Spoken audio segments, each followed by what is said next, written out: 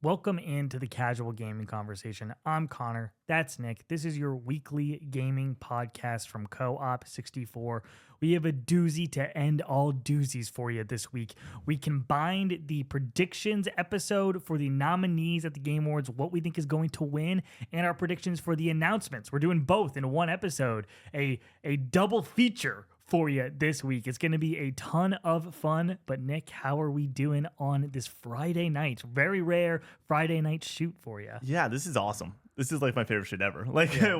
it almost feels like it's prime time. Like Friday night lights are out right now. Give me the ball. We're going down the field. Did you watch the end of this Chiefs game? Do you see this whole thing? I saw the highlights at the very end. It feels like the Chiefs just find ugly ways to win lately, and they're getting the dub, but they just look very vulnerable. Yeah. There's no way they win it this year. There's no shot, but I feel like I'm going to eat those words. At the end of the day, every single game that they play, they have an advantage at quarterback and an advantage at coach. Every game, no matter what. And guess what? They probably have a top 3 defense. So the way that they have to lose is difficult. There's a very slim margin of error, and it comes down to teams finding a way to score 28, which is really hard against this team, and then also slowing down Mahomes and trying to make sure that you keep the ball out of his hands for enough time. But I'm doing well. This is a long way to say I'm frustrated about the Chiefs win, but I'm doing well. Connor, how are you doing? I'm doing good. Long week, but we had yesterday off for Thanksgiving. Ate a lot of food. Very nice afternoon, evening of hanging out with family, hanging out with Nick. Nick came over, had a plate, left.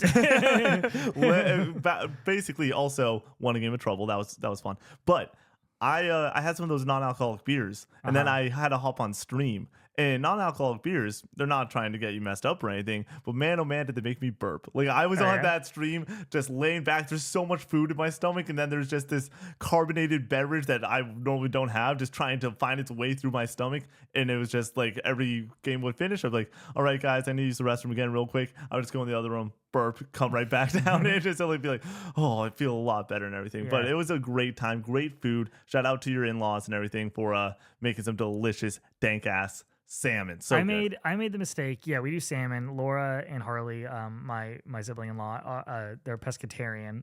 So they do salmon, no turkey, which I love. I'm not a big fan of the turkey situation. Good. Turkey's always like the least favorite. I'll eat turkey and it's good, it's fine, but like it's definitely my least favorite option. It's all about the sides at Thanksgiving. Yeah. But for this year, I just load my plate up way too much on the first go. You have to go small at the start, and then you go back for seconds. It's a rookie mistake that I make every freaking year because I had leftovers on my plate that we had to get rid of. I just couldn't deliver the goods. I was too full. I was tapping out. I was out there. I heard all the lights, trumpets coming into the background. I threw on my LeBron James jersey, and I got to work on my plate. I put down so much food. I basically starved myself all day because I went out to go and get a breakfast sandwich at 12:03 at Dunkin'. They were like, we closed at 12 today. I was like, darn. And then we played that game of Valorant. A lot of fun. Even though we lost, a lot of fun. It was always a good time to get back on the sticks with all y'all. But yeah, it was a great Thanksgiving. A lot of fun. But Connor knows this.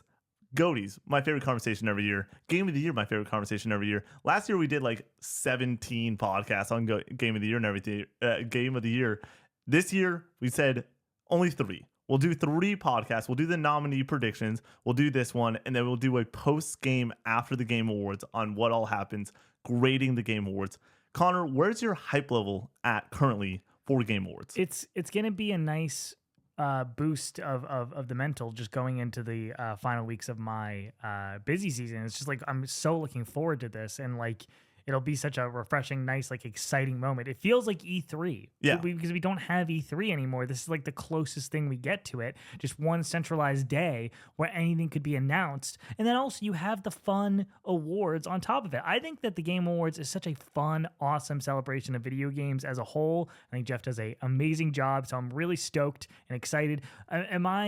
I'm trying to set my expectations in a good place because as we know over the last few weeks we've been talking about like the stage is set for a really hype and amazing Game Awards, but I don't want to go in with that kind of expectation and be let down. We'll just see how it goes. We'll see what happens. Get a few fun, cool announcements, see what wins these awards, and see how right we were and likely how wrong we were. But it's going to be a ton of fun. So how are you feeling about it?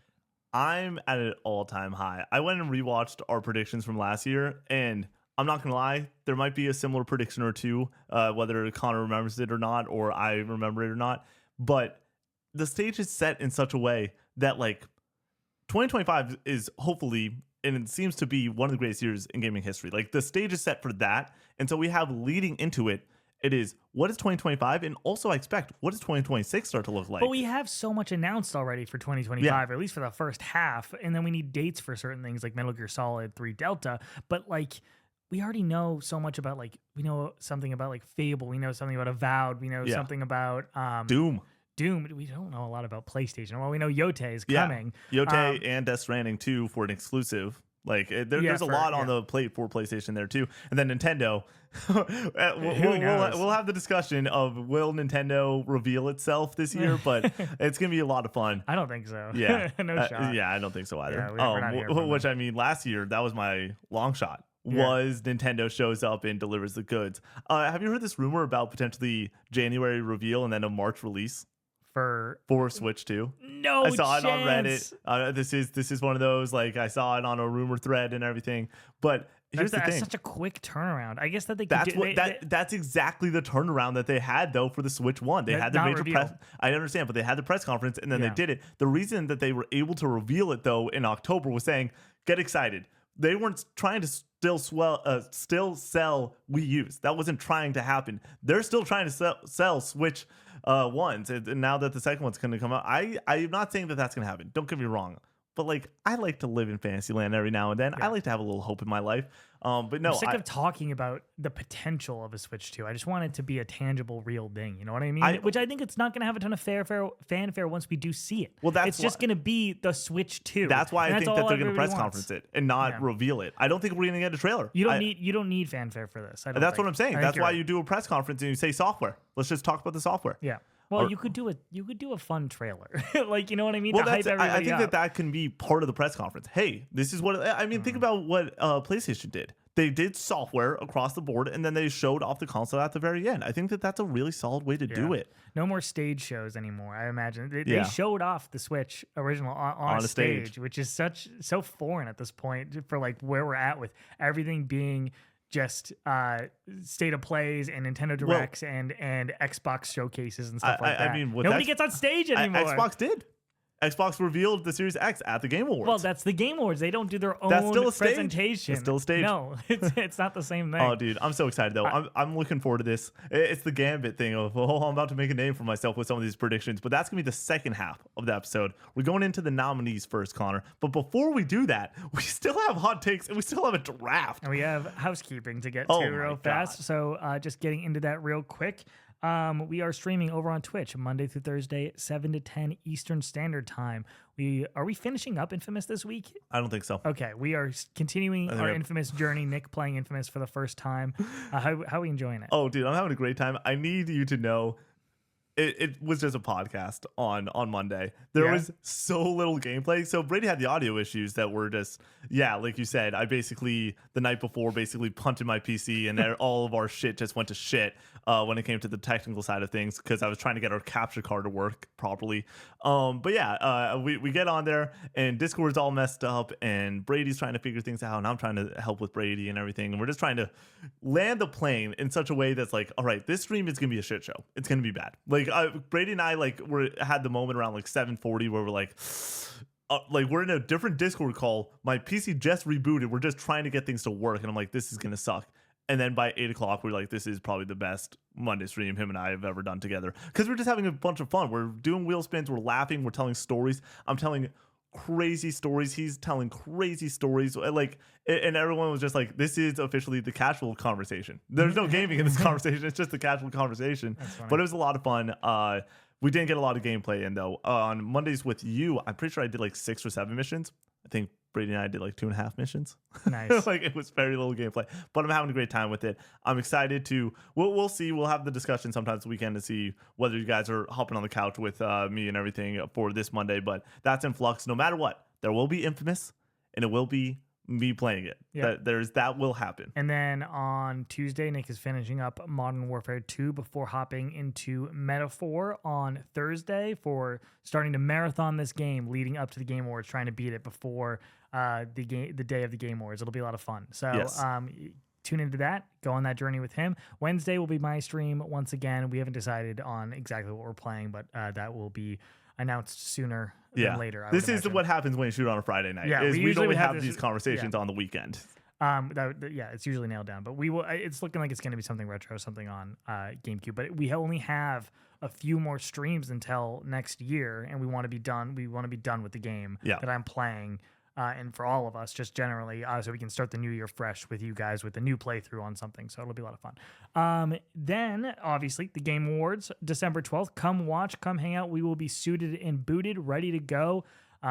Cracking some champagne open for Brady and Nick, and I'll be hanging out, rocking and rolling. But we're gonna be having a ton of fun. If you want to dress up as well, get looking fancy with all of us. It's gonna be a ton of fun. So come watch on twitch.tv/co_up64. Our moderator Hope was really harping it on Tuesdays and Wednesday stream, being like, everyone needs to get suited and booted, okay? It should not just be the fellas. And we would love to see those Discord photos. Tweet at us. I remember there was multiple people that tweeted at us last year being like, hey, we're suited up, and it was awesome. Will Brady wear a bolo tie? What's a Yukon? Yes, yeah, probably. I don't own a bolo tie. I don't think I can pull one off. You and I it's both not my can't. vibe. You and I, know what I mean? We don't have the chin it's for Brady's it, you know? vibe. It's a tough day though. Brady is gonna be looking great. It's gonna be awesome. It's gonna be a lot of fun. I just want to talk about this so badly. I want you to get through housekeeping so we can get through the hot takes, so then we can get to these goddamn nominees. If you want to support the channel by picking up some merch, we have t-shirts, hoodies, and mugs. There will be a link in the bio now. Rather than having to go to the TikTok link tree, there will be our link tree in the bio for our merch. As well as voting in the Co-op64 Awards, where you can vote on all the categories that we have: Game of the Year, Best Narrative, Best Art Direction, and then all your favorite moments from Co-op64 from this year, then your favorite new TikTok that we do, TikTok category rather. So if you want to vote in that would be a huge help to the channel, as well as a link to our Discord server, which we're getting close, very close to 2,000 members. We have like 4 away. So by the time you're listening to this, that might already be done. But we're always accepting new people into the community. Come make friends, come play games, come hang out and yap with us off stream. And I'm always in there talking, having good discussions about video games or movies or whatever. So come hang out with us in the Discord server.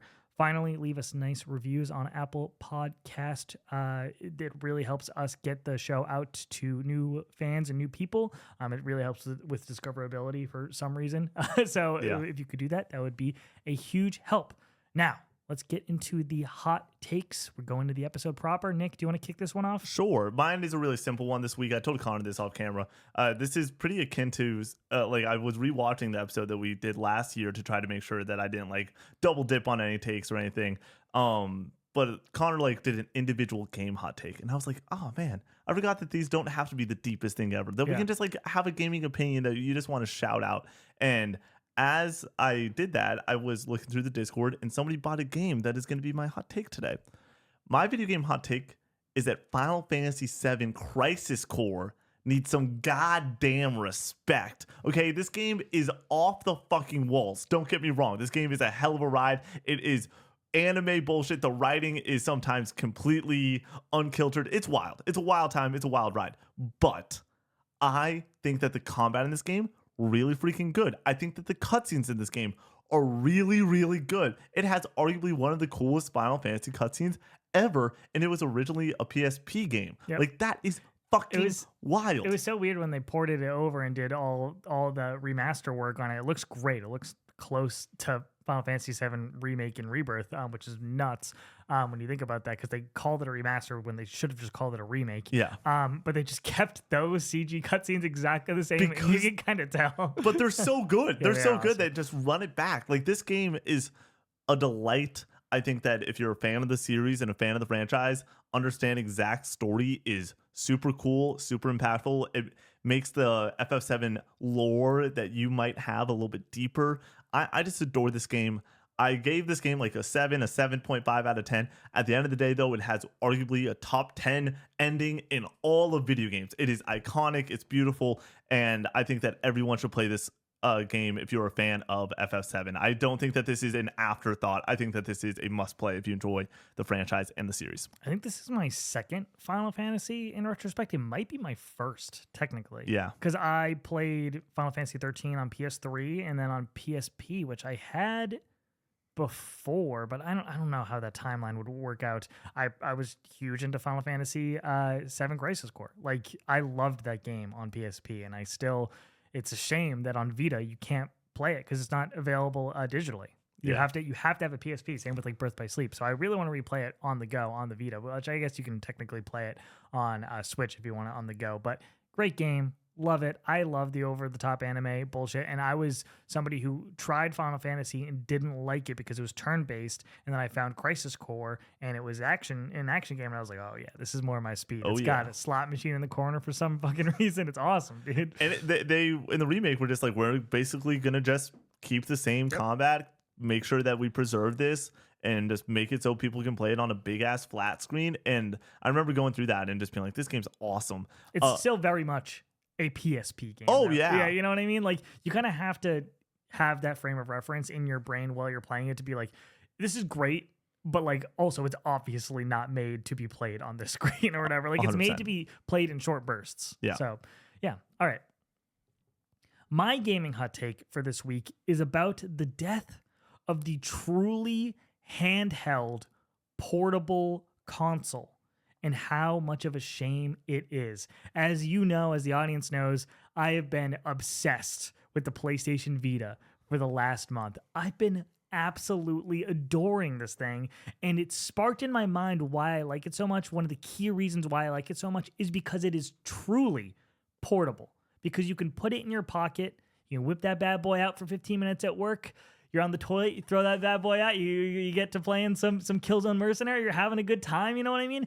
The Switch is just a little bit too big. You can't put it in your pocket. You have to carry it around in a case, and it's for whatever reason just so loud and so in your face that pulling this thing out like on the train just feels like a whole show. Whereas the Vita, you're pulling this bad boy out, you're playing it, you're having a good time. PSP, 3DS, they're small enough to be a little bit innocuous, not too flashy. The Steam Deck is fucking massive. This thing is a fucking PC that you're playing on the go. It's so not conducive to portable gaming. It's something you pull out on a plane for a long trip that you're kind of like gonna settle in with for a while. Something you play in bed, like, but you're not taking it on the go with you. It's too big. It's too over encumbering. But then you have the future. You have Xbox and you have PlayStation making their new consoles, handheld consoles, and those are going to be Steam Decks. They're going to be massive. They're going to be huge. If you want to be able to play a PS5 game, it's going to be a big, beefy console. And the Steam Deck is obviously the blueprint for how this is probably going to go. And sure, these components are going to get smaller and smaller. And maybe we get back to something that you can put in your pocket at some point. But I think it's sad that we are never going to get a dedicated handheld console for the rest of our existence. Something that like you have to develop a game for, like specifically, like your Killzone Mercenary, your Uncharted Golden Abyss, your Gravity Rush, your stuff like that, or like Fire Emblem Awakening, like something that you have to make specifically, not something for two consoles or two, like you develop one thing and it's going to work on your PS5 and the new PlayStation handheld. And I think that breeds creativity. Those restraints and those kind of parameters to fit into like breeds like really interesting, weird ideas. Your Tearaways. Like Tearaway is a super weird, fun platformer that utilizes all the cool aspects of the PS Vita. And I think that it's a shame that we're never going to get something like that ever again. The dual screen of the DS and how they utilize that. Like that's cool shit. And we're never going to get something like that ever again. So I think that's kind of a shame. I'm sad about it. Rest in peace, the dedicated, truly portable handheld. Been thinking about that a lot lately. Long live the Vita. Vita means life. It's so good. It means life, Connor. It means life. Yeah, I understand where this is coming from, because when I think of the Switch and the portability of it, I think of a backpack. Like you got to put it into a backpack. Exactly. You're not bringing it around anywhere. You need a backpack. And so Switch or Steam Deck. Yeah, Steam Deck's a whole fucking scenario. You're not tossing that loosely in the car. You pull this thing out at work, or like when you have I have like these little 15-minute breaks. They give us one at 9:30 and at 2:30. I've been playing. I got through all of Sound Shapes and all of Killzone Mercenary in these 15-minute breaks, and the Vita is perfect for that. I brought my Switch to work to do this, but even the act of unzipping this thing and like kind of like getting it out of my backpack, it is enough of a roadblock to be like, I'm just gonna sit on my phone for these 15 minutes. Like it's something mental. It's surely stupid and doesn't really actually matter. But like holding a Switch at work, everyone's like, that guy is playing a video game right now. Everybody look. And it's like, but with the Vita, for whatever reason, it feels like I'm just like, I'm on my phone. And I also need to throw out the fact that, you're not bringing a Switch to take a shit. Right. You can pull out the Vita and take a shit. You are not doing that with a Switch. But the last thing that I need to say, I just have to throw it out there. I couldn't stop myself from laughing. Connor does believe size matters when it comes to handhelds, and he likes it to be a little bit smaller. Okay, all right. Oh man, Connor, are you dude, ready? the screen on the Vita is so good too. I'm about to go Vita crazy, dude. Connor, I'm about to buy we're multiple. 20 minutes into a double podcast. I'm about to buy multiple Vitas. I'm gonna buy another Vita, I think, because I want the OLED version. I have the slim version. There's an OLED. Like the original had an OLED screen, and they took it off. Chat, I love when Connor says stuff like this because it just means that is he going to sell the other Vita? Probably not. No, and then, I'm going to start collecting Vitas. And then guess what? I want a blue one. They're cool. I'm just going to start. I'm going to have a Vita available to me whenever I want to go and play Uncharted Golden Abyss again. I'm going to play Trails of Cold Steel, and that seems like a game Laura would really like. And then I'm going to get really into Trails of Cold Steel, and then be like, Laura, you have to play Trails of Cold Steel. And then we're going to have to get a second Vita so Laura can play Trails of Cold Steel. You see what my logic here? You know, it makes sense. Game of the Year nominees. Here we are. We are going through all the major categories. We are not doing the esports categories because we don't know enough about the esports categories. We watch Pro Valorant. That's really it when it comes to esports. There's a couple other categories that we're going to skip over that we just don't really know a lot of. Connor, do we want to throw down any wagers for this? Do we want to throw down a pizza? Do we want to throw down? See, we say that we're going to do a wager, and then we never end up here's actually what doing anything. Here's what I'm going to do. I want somebody in our Discord to keep track. I need somebody. You're not getting paid for this position, but I have done this before because I'm just excited. I'm curious. If somebody would keep track, if that's something that excites you and you want to go and be looking at that, please go and do so, and then hit us up. Keep us honest on a wager because we're busy. We're on to the next thing. But if somebody would take that time, that would be awesome. Do you want to throw a pizza on it? What are we talking? I want you to buy me a Vita game. No. I'll buy you a game. $20 game. Let's do a $20 indie. Yeah. $20 indie? Okay. $20 indie. Yeah, sounds good. It's got to be an indie, though. It's got to be an indie. Okay. I want Undertale on the Vita. That sounds great. I'm going to platinum that bad boy. That sounds great. This is going to give me the excuse to do the pacifist run and the genocide run. Yeah. Come on. Honestly, Undertale's still fucking good. Yeah. Yeah, we're going to have a lot of fun there. Mine probably is going to be Katana Zero because I want to play Katana Zero. All right. Sounds good. The way the points are going to work, do we want a 3-pointer for Game of the Year? No. Everything's a point. Equal. Yeah. Everything's a point. And this is a separate thing to the lengthy long shot. Yeah. We're just doing nominations for this bet. When I was filling mine out, I was thinking about what you would pick, and I feel like we're going to be different on a ton of them. I'm excited.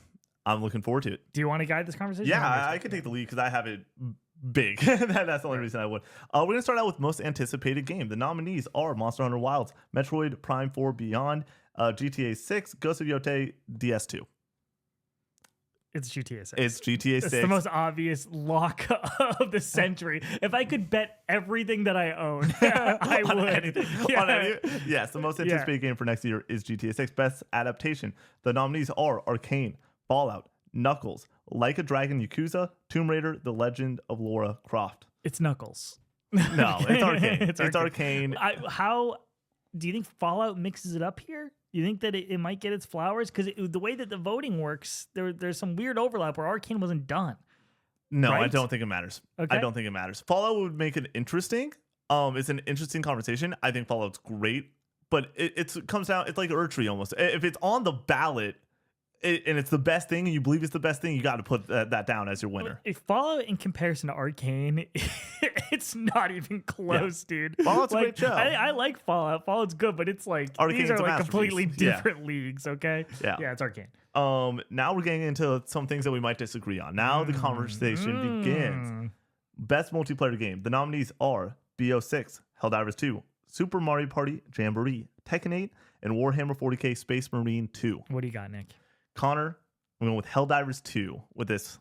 I am also going with Helldivers 2. Okay. Any thought process on that one? I mean, like, even with its ups and downs with the patches and the having to sign into PSN on PC, this is the multiplayer game of the year for sure. Like this is what took over the headspace. This is what got people into multiplayer gaming when they aren't usually into multiplayer gaming. This got everybody. You know what I mean? Yeah. Like this was a moment. Whereas BO6 is great, but it's another great Call of Duty game.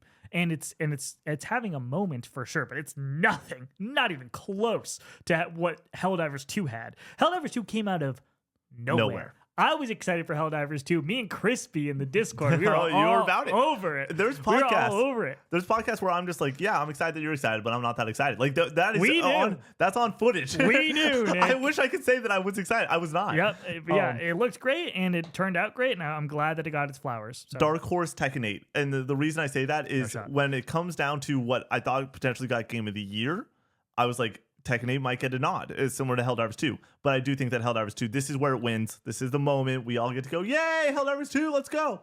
And then we move on with our day. Speaking of moving on with our day, we are now into the best sports racing game. This is one that I'm like, crapshoot. I have no idea. I'll start it out. I'm going to go with EA Sports FC25. I'm also going to go with EA Sports FC25. I feel that that's good because I'm like, I don't want to lose a point on that.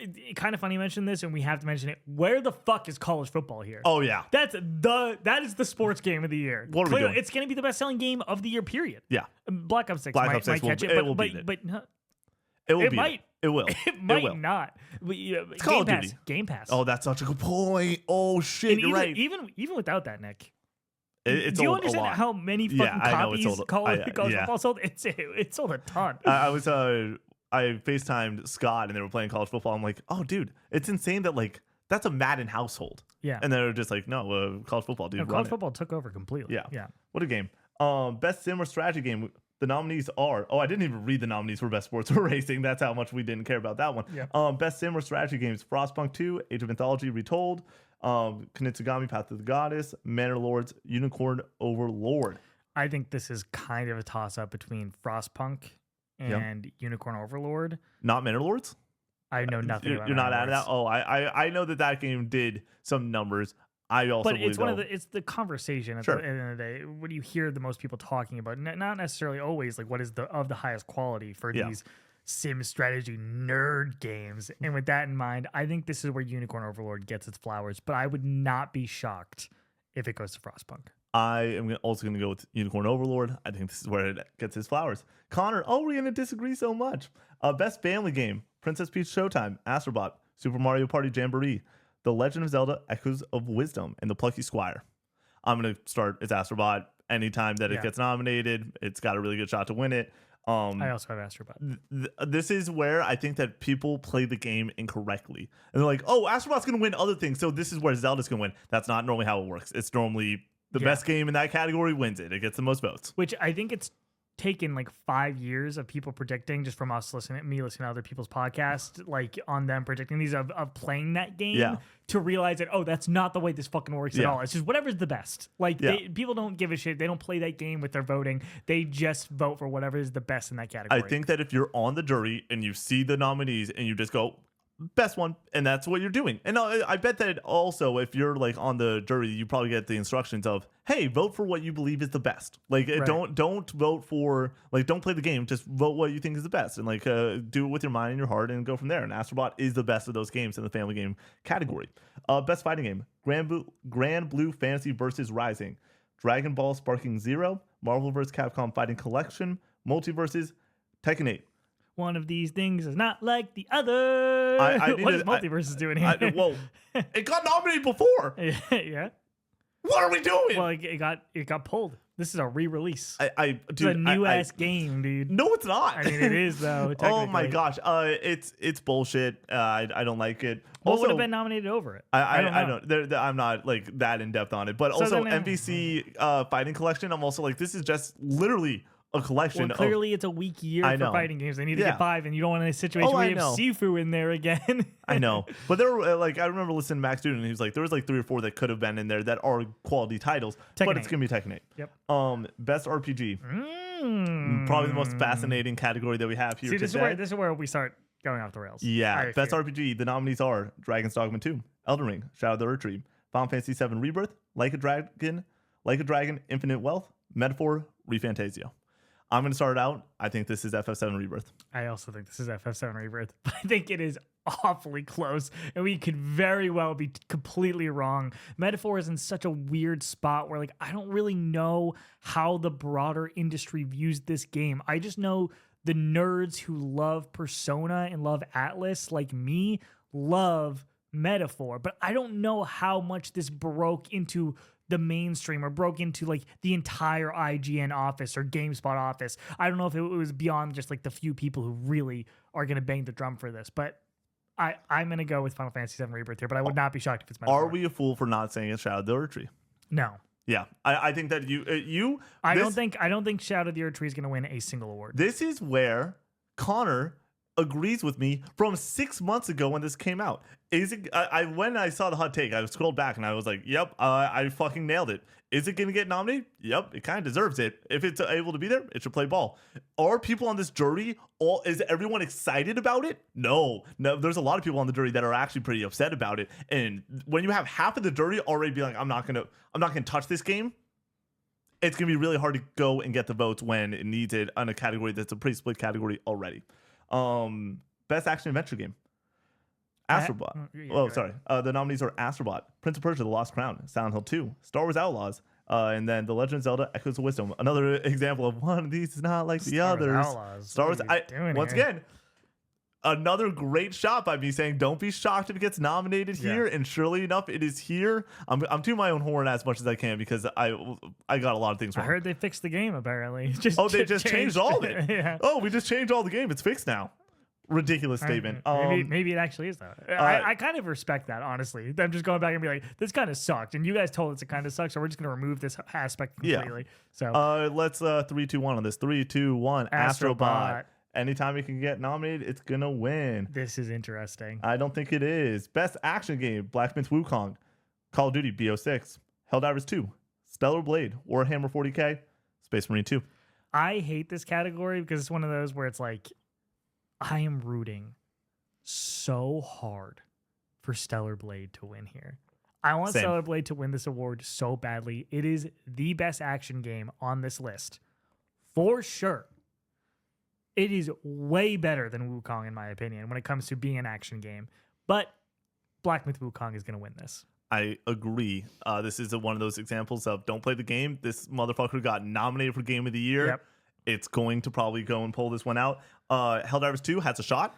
I also want to throw that one out there because I think that there's a lot of people that are upset that it wasn't in the big dance conversation in the first place. But what I'm realizing with the jury process that got the nominees together was Black Myth is like doing a lot better than I projected, basically, by it even getting a Game of the Year nomination, by getting a Game Direction nomination. Like, there's so many titles that I'm like, okay, I thought that this could be over it. I was wrong, and I don't want to be wrong here. This is one where it's just going to take it. This is an example, though, of shift up that team. You did a great job. Hopefully, we're high-fiving with a dub for that team on this category. I don't see it happening. It's going to be. I would be so stoked if they won this. Yes. Best VR AR game: Arizona Sunshine, Asgard's Wrath 2, Batman: Arkham Shadows, Metal Hellsinger VR, Metro Awakening. I put Asgard's Wrath 2 because that got like 10s. I also put Asgard's I know Wrath 2. nothing about VR though, for the most part. I heard that Arkham game is pretty good. Arizona Sunshine has been like a staple of VR for like a very long time. I remember like people being really stoked on that on PSVR 1 back in the day. And then you have stuff like I want to play Metal Hellsinger in VR. That actually sounds pretty fucking cool. And then I think Metro Awakening didn't do great. No. Right? I had it on my team, and it did not do what I needed it to do. 77 I have no idea, but it did not do. It didn't move the needle on my fantasy critic team, so that's what I remember. The next category is best mobile game: AFK Journey, Balatro, Pokemon TCGP, Wuthering Waves, Zenless Zone Zero. Balatro. Yeah, it's Balatro, and it kind of feels unfair for it to be here. Like, I know that you can play it on mobile, but like that's not where people played it for the most part. Now that it is on mobile, like I don't know if that's where everybody's playing it at this point, but like it got big on Switch and on PC. Like, so it's kind of weird. It kind of feels unfair. Let's keep the card game fun going with best debut indie. The nominees are Balatro, Animal Well, Manor Lords, Pacific Drive, and The Plucky Squire. Balatro. Yes, Balatro is going to win this one. Best Best indie game: Animal Well, Balatro, Lorelei and the Laser Eyes, Neva, UFO 50. Balatro. Yeah. This sounds boring. Connor and I have done enough these episodes, and we've been right a lot on these episodes. Yeah. Like we normally are.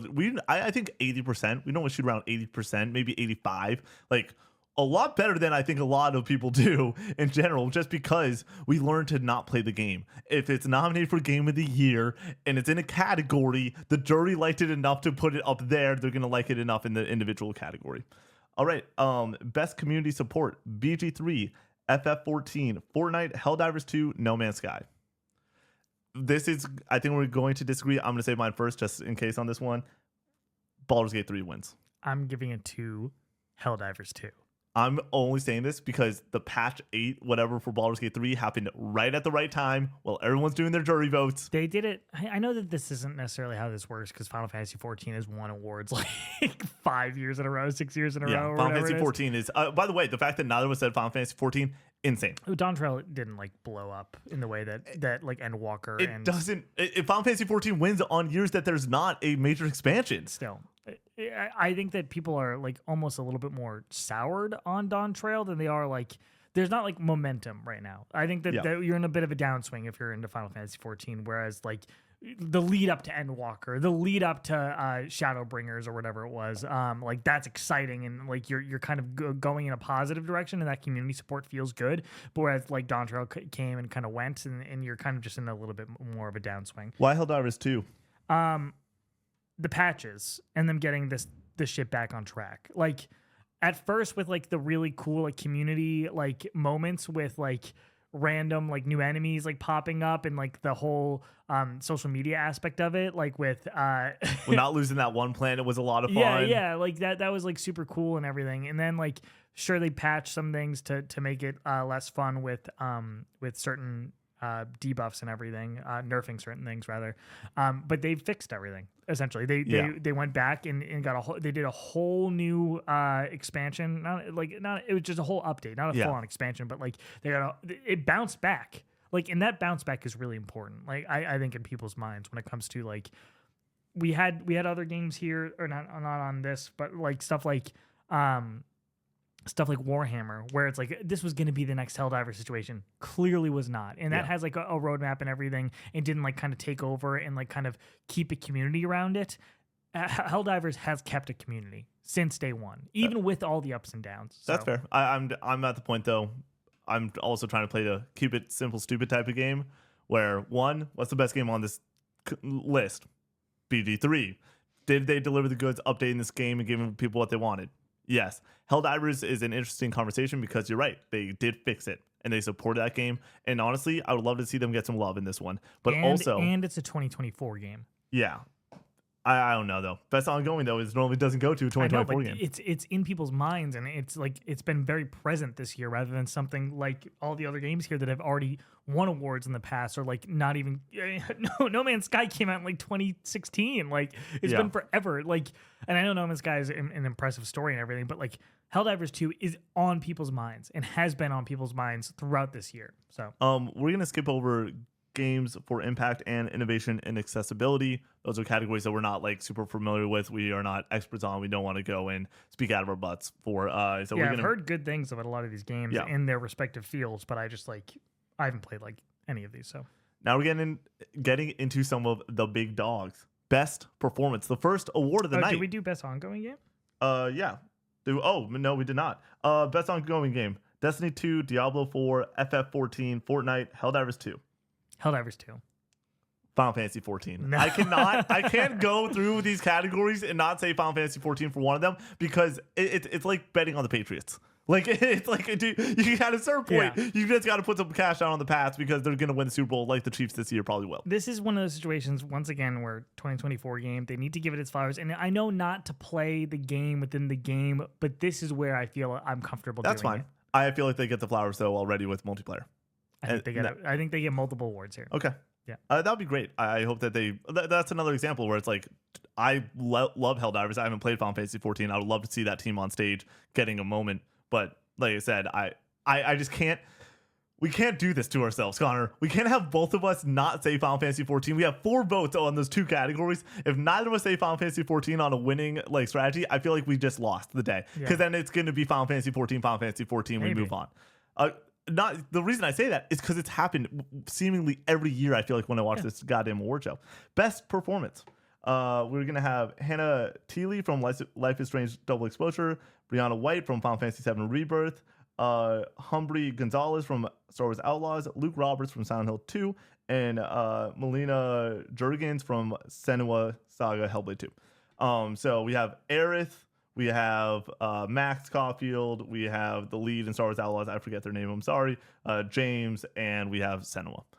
I'll kick us off. I'm totally drinking the Kool-Aid on this one. I think that she had the best performance this year? No.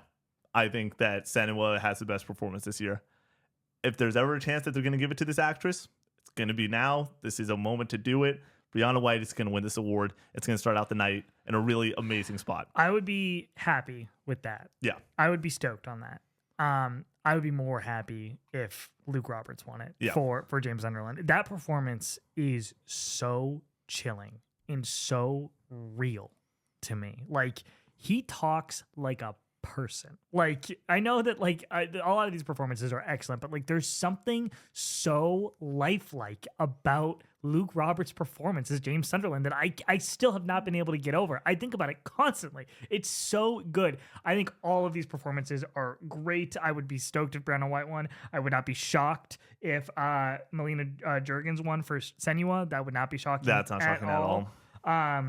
I think that the Star Wars Outlaws character and the Life is Strange Double Exposure characters, those games weren't received well, so I think it's an uphill battle for those performances to win on top of that.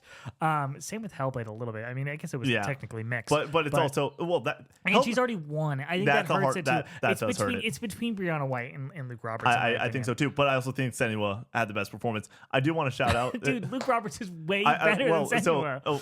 When it comes to the disagree. I do want to say 2 things. One, Luke Roberts, chilling performance because he's so normal and everyone else around him is so not normal. Like their line delivery is so unearthly, and then like his response to it is really great. It's well done. 2, 81 on Metacritic, Connor. Hellblade has an 81 on Metacritic. I'm not insane about my love for Hellblade, okay? There's people that agree, and those people are right. But that's another one where we disagree. Audio design, Astrobot, Call of Duty BO6, FF7 Rebirth, Hellblade 2, Silent Hill 2. What a dogfight of a category. I just realized I think I might change this last minute. No, I'm going to stick with mine. I want to hear yours because Mr. I'm going to change it. I'm going to lock in Senua Saga Hellblade 2. I want to switch to Silent Hill 2. That's a good call, but I don't think it wins it this year. I'm going to go with Astrobot. I think the audio design in Astrobot is something that every single thing and feeling controller, the way that the design works with the way that the controller works with speaking to you, that like the reason I'm playing the game with my headphones on. That's fair, but I was watching Mike's stream and he was talking about Astrobot and the enjoyment of it. He's like, the controller is speaking to you 90% of the game, and I played it on my TV where I heard it 90% of the game. I'm like, that added so much to my playing experience. Pissed me off. Oh, I think it's brilliant, and it's really well done. So I think that it's gonna get the nod there. I think that Senua is the easy answer. Silent 2 is really close. I think it's between those 2. All right. Silent 2 for sure. Best score in music, or also known as the Square Enix category: Astrobot, FF7 Rebirth, Metaphor ReFantazio, Silent Hill 2, Starblade. Arguably the most stacked category this ever. You think it's guaranteed Rebirth? I don't think it's guaranteed Rebirth. You just said the Square Enix category. I mean, whenever here's the reason I say that. 2020 rolled around, FF7 Remake was a thing. Well, The Last of Us 2 has unbelievable music. Hades, unbelievable music. And it still was like, oh, it's going to be a remake. Did it win? Yeah, and it did. Oh. And then last year, it was, oh man, fucking FF16, unbelievable. But there's a lot of great music in Tears of the Kingdom, and Baldur's Gate has like some songs that are phenomenal. Alan Wake 2, unbelievable music. FF16 wins. Like that's where I sort of reside. And the thing that I don't want to go and like overshadow is I think there's a lot of great music in everything here. The amount of music that is in FF7 Rebirth that's the key. is insane. It is. There's 4 people don't understand. There's 400 songs in this they're all soundtrack. excellent. That is insane. Yeah. Like, that is so much music for one piece of media. I honestly Bow think wow wow, bow wow wow. I honestly think that By going God, with the, I've listened to this soundtrack all year. yeah, it's been I amazing. literally listen to it like once a month at least, not like one or two songs from it Yeah. or whatever. But like, I've I never listened had to it yesterday. I've never had Like, that with a video game ever in my life. Where It's like I terrific. return to music like all the time, but like at this consistency, at this clip, never in my life have I been this like into a soundtrack. So yeah, I think Rebirth takes this as well. This is I will. This is the moment that if it does not take it, because I also think that we live in a world where Metaphor takes RPG, FF7 gets nothing except for potentially music. Yeah, and I think I would be. Here's the thing, though. I would be happy if any of these. They're I think so Silent good. Hill 2 is maybe the best soundtrack on this list. It It's just has not. less. It just has less music. Well, that's why I'm like it's not. I think they're equally as good, and then Stellar there's so Blade much more. is the Unbelievable. best part of that Dude, game is the music. the low key and melancholy and like delightful, just peaceful music that game has, phenomenal. And then there's these EDM scratching records tracks in Stellar Blade as you're fighting some of these boss fights, and you're like, oh my Yeah. god, unbelievable. I gotta get back to Stellar Blade. I want to platinum that game. Yeah. Did you see? You probably haven't. Did you see Andy's TikTok about Stellar Blade today? No. He's like, I'm at home. I'm trying to beat some games for 2024 Game of the Year and everything. And I boot up Stellar Blade. I have it on my living room screen. I just feel uncomfortable right now. Like he's scrolling through outfits. He's like, none of these feel good. I'm like, it's like I can't have my family think I'm gooning this much. Oh, it's great. Art direction. Best art direction. The nominees are Astrobot, Black Myth, Wukong, Elden Ring, Shadow of the Erdtree, Metaphor, ReFantazio, and Neva. I'm gonna kick this one off, and I'm gonna go with.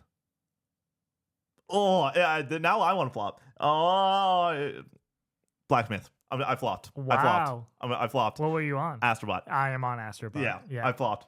Because guess what? I think that this is the only place it wins anything. Oh no, it's gonna win action game. Ah, for fuck. sure. I should have stuck with it. I just You tried to play the game within the game. Yeah, I did.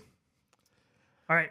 This one is impossible. Best narrative. We have Final Fantasy VII Rebirth, Like a Dragon, Infinite Wealth, Metaphor, ReFantazio, Senua Saga, Hellblade 2, Silent Hill 2. I don't think that this is difficult at all.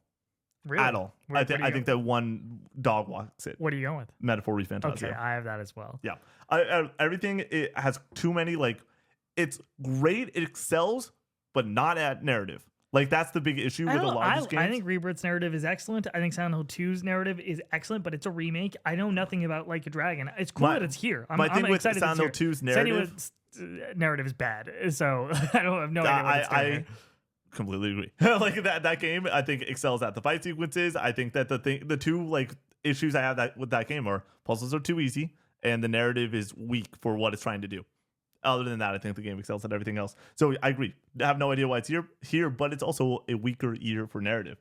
But yeah, I think that Metaphor is like that is something that people point to in that game. I also think that there's a world where this is the only Metaphor win. Yeah, I think that Metaphor is going to win, but I think Final Fantasy VII Rebirth has a very, very good shot of winning this. Very good shot. Same. Like the way that it's told, the set piece moments in Rebirth, there's not a moment, it's really funny, in Rebirth's narrative that hits the peak excitement that I get from a boss fight in FF7 Remake. But the through line is so good, and some of the side missions are so good, and those are all narrative threads and everything, and it's all really good. And I apparently haven't even gotten to the good shit yet. Apparently, it just keeps getting better and better when it comes to narrative. So, For Metaphor? Yeah. All right. The last two categories.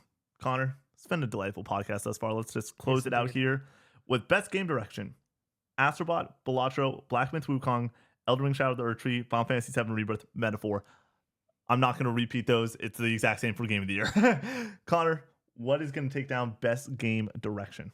I have Astrobot here. I have Final Fantasy VII Rebirth here. No shot. I think that the breadth of what that game is trying to do is so fucking impressive that I think it's going to take it home. I also think that having, in years past, this has been important. Direction normally has a director that you can point to in name. That's just been the case over the years. You look at Death Stranding, Kojima wins it. You look at Last of Us 2, Neil wins it. You look at last year, Alan Wake 2, Sam Lake wins it. Like this is not like normally when you can point to direction, you can point to the game's director, and it's Hamaguchi, right? Who Sakaguchi, I think.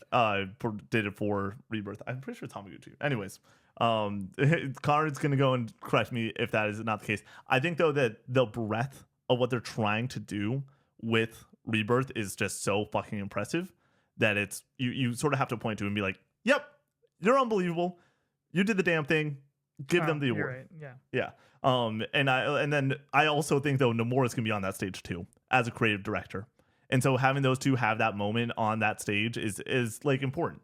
Like Nomura is obviously a storied director in his own right, and then Hamaguchi did a great job. Like give them the fucking award when it comes. And I know that sounds dumb. I'm not. Hironobu Sakaguchi is the creator of Final Fantasy. Okay, that's where I was. That's I was like when it came to FF7 Rebirth direct, but like it's my favorite game. I was like I've said Hamaguchi enough times. Nomura did remake, and he's doing the remake. He was the creative director on 2. He was not even a co-director. So, anyways, I think that they get the nod. I think though, I'm really close. I could not get off of Rebirth for this nominee. The second closest one is Balatro. It's because it's one person. That's such a moment. The game direction. That would be awesome. Yeah, it's for the moment. And I also think, though, that when you think about game direction, it's really easy in your brain when you're a voter to be like, all right, Astrobot had cool direction. Balatro was made by one person. Here's the counter argument to that. I think it's more impressive to be a director over a team of 300 people than it is to they're different. Yeah. They're different. Like, you know what I mean? It's different. But when you're talking about game direction, it's about the game. Yeah, it's about the game's direction. I also think though that Astrobot's team, whoever led that, unbelievable job with how small that team is. I do not know. Yeah, I don't know the name either. And then we just need to say it. We just need to throw it out there. Are we big bunch of dummies for not having Miyazaki winning this award? No, they're not agree. winning a single award. Yeah, I think it's too split. It's just inherently too split. All right, Nick, do you want to intro this finale here for the TikTok, and I'll kick us off? Yes. There is a beep outside of a break. Now it is gone. All right, ready? Mm-hmm. These are our predictions for the nominee winners. Actually, I'm going to repeat that. These are the predictions for the winners of Game of the Year. What is the least likely to most likely? Connor, who's going to win Game of the Year? My least likely for Game of the Year this year is Elden Ring Shadow of the Erd Tree. Has nothing to do with the quality. It's just the fact that it's controversial to even be nominated. And I know that within the people voting, there are people who do not even want it up here. So it's going to be split, and that hurts its chances automatically. That's too much of a hill to overcome. So I do not think that is going to get up there.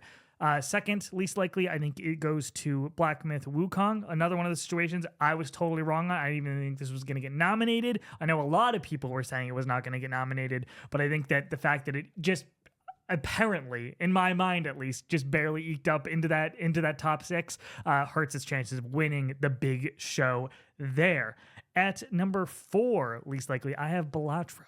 It's just a card game, they say, and I don't agree with that, but I think that there's enough people who probably do feel that way, that it is less impressive because it is just a indie card game. Shout out for Balatro even making it into the top 6. Absolutely adore that game. Balatro is the next least likely.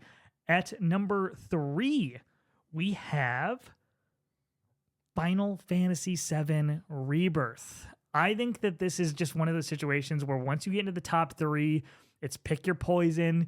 I'm probably going to be wrong here, but I think Rebirth has enough people who didn't play the remake. It's a sequel, so that hurts it, I think, a little bit in some people's minds. And there's some people who say that they don't love the ending. There's some people say that it's a little bit too bloated. Not me. I love all the content in this gosh darn game. I would be stoked if it won. I don't think it has a great shot.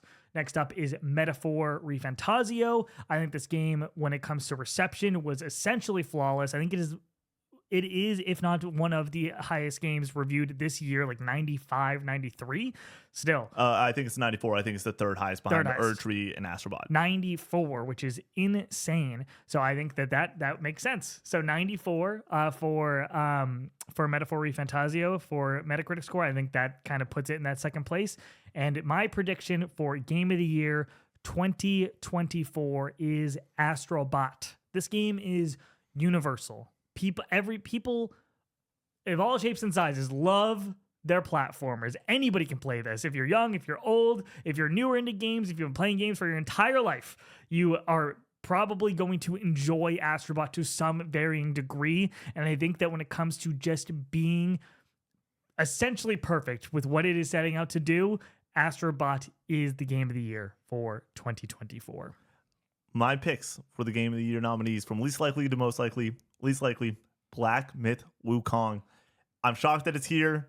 I understand that there's a lot of people that are really excited about this game getting a nod, and I'm congratulations to that team. Great job. I just don't see it happening. I don't like this game, in my opinion, doesn't have the quality that the other ones do. I think that that's a sentiment that's sort of shared around games journalisms. A lot of the jurors that like, how did this game even get up here? It's good that it's up there. I'm excited for it to be up there, but I think that it doesn't have a shot to win it at the end of the day. Number 5, it is Shadow the Earth Tree. Shadow the Earth Tree has like a 2% chance to win this whole thing. And I agree with Connor. It's so freaking split. At the end of the day, the people just don't want it to even be there. The people that do want it to be there, like me, I'm somebody that's happy that it's there, but like it's still not up there for me. It's not my game of the year, and I think that that's a sentiment that is shared amongst a lot of people. And number 4, fourth man up. I've said it all year, Connor. Fourth man up. It's Balatro. Balatro deserves the nominee. Indie of the year.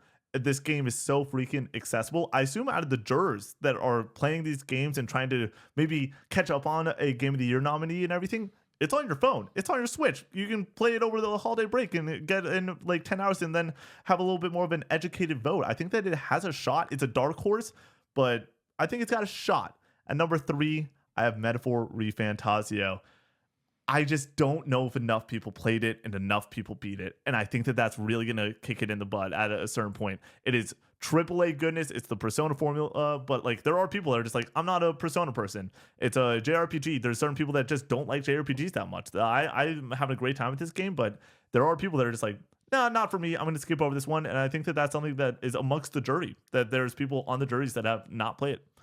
And number 2, I have Final Fantasy VII Rebirth. Final Fantasy VII Rebirth, I will not be shocked. I would say Metaphor has like a 29% chance. Metaphor is around like a 35, and then the winner is at 36. Rebirth is a great game. It is such a darling when it comes to the critics of like, it just does everything really freaking well. Music, score, music, characters, the people that like myself that think that the combat system's one of the best combat systems in gaming history. The way that it fuses action and turn-based gameplay, it's awesome. This large adventure, the amount of scale that is in this game, the mini games, the narrative that it tries to tell, it excels at. I think that this game easily can win Game of the Year. I would not be shocked if it wins Game of the Year, but Astrobot is my pick for what is going to be the winner of Game of the Year. Like Connor said, it's a masterpiece.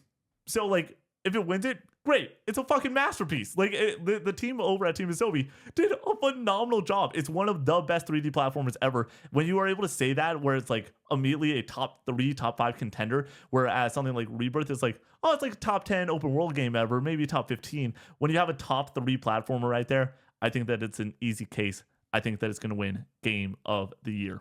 I just think it's the boring answer. It's so boring. You know what I mean? Where it would be nice to get something out of left field and I would be like shocked and excited if Metaphor won it. I would be shocked and maybe even cry if Final Fantasy VII Rebirth won. I'm just really emotionally attached to this game. I just really love it. I'm thinking about having the FF7 remake shirt under and just like pull off the suit, start screaming, flipping tables. Yeah. Let's get the cops called on us that night for a noise complaint. Sure. Come on. No, like I completely agree. I think that it's boring, but it's also like a moment that we as a entire table would stand up and stand and go. Yeah, like, I love Astrobot so much. This year, that review process was just like such a special time for you and I having those phone calls, and like we're going world to world, and every single time it's I'm like, this is unbelievable. Like this is unfucking believable. Yeah. And then like that moment to moment gameplay, and then watching Snowbike Mike play it on stream, I'm like, this game's fucking magical. Like this game is just, it's impossible not to smile while you're playing this game. But I think that's the other issue with it, where when I played FF7 Rebirth, I smiled a whole lot, but I also fucking cried, and I also fucking cheered, and I had a array of emotions that I felt during that game that I compared to Astrobot. It's like the best smile that I'm having all year, but it's still just only smiling during that gameplay. Yeah, at the end of the day, it's like you can just do more with with a whole cast of characters with voice lines and like a full story thread that like you just can't really pull off in the Like- same way that you can in a platformer where there's none of that. So For me, I think about FF7 Remake, and like my favorite characters, if you were to ask me before Rebirth came out, I would say number 1 is Aerith, number 2 is Sephiroth, number 3 is Barrett, probably number 4 is Cloud, and number 5 is Tifa. Like the performance that Tifa's actress has in this game, fucking unbelievable. She's one of my favorite characters in anything ever. I love every character in the game. Like Aerith is just like they well deserving of performance of the year if Red she 13. wins it. Red fucking 13, dude. The journey that he goes on in this game is like why am I crying over this fucking dog? Like, god damn, dude. I like think Kate Sith gives a great performance. I think Yuffie gives a great, I think everyone's top their game. And Yeah. I went back and I finally sat down to watch all of the date scenes. And I'm just a fucking puddle, dude. I'm just crying it was right before we went and shot a later night set of content where like you came over at like 3, it was like 2:00. I'm just chilling on my laptop. I'm like, I haven't watched these yet. I want to watch them. Go and watch all of them in like 30-40 minutes. I'm like, oh my god, like they fucking pulled it off. Oh, it's unbelievable. I think that me, Connor, and Brady.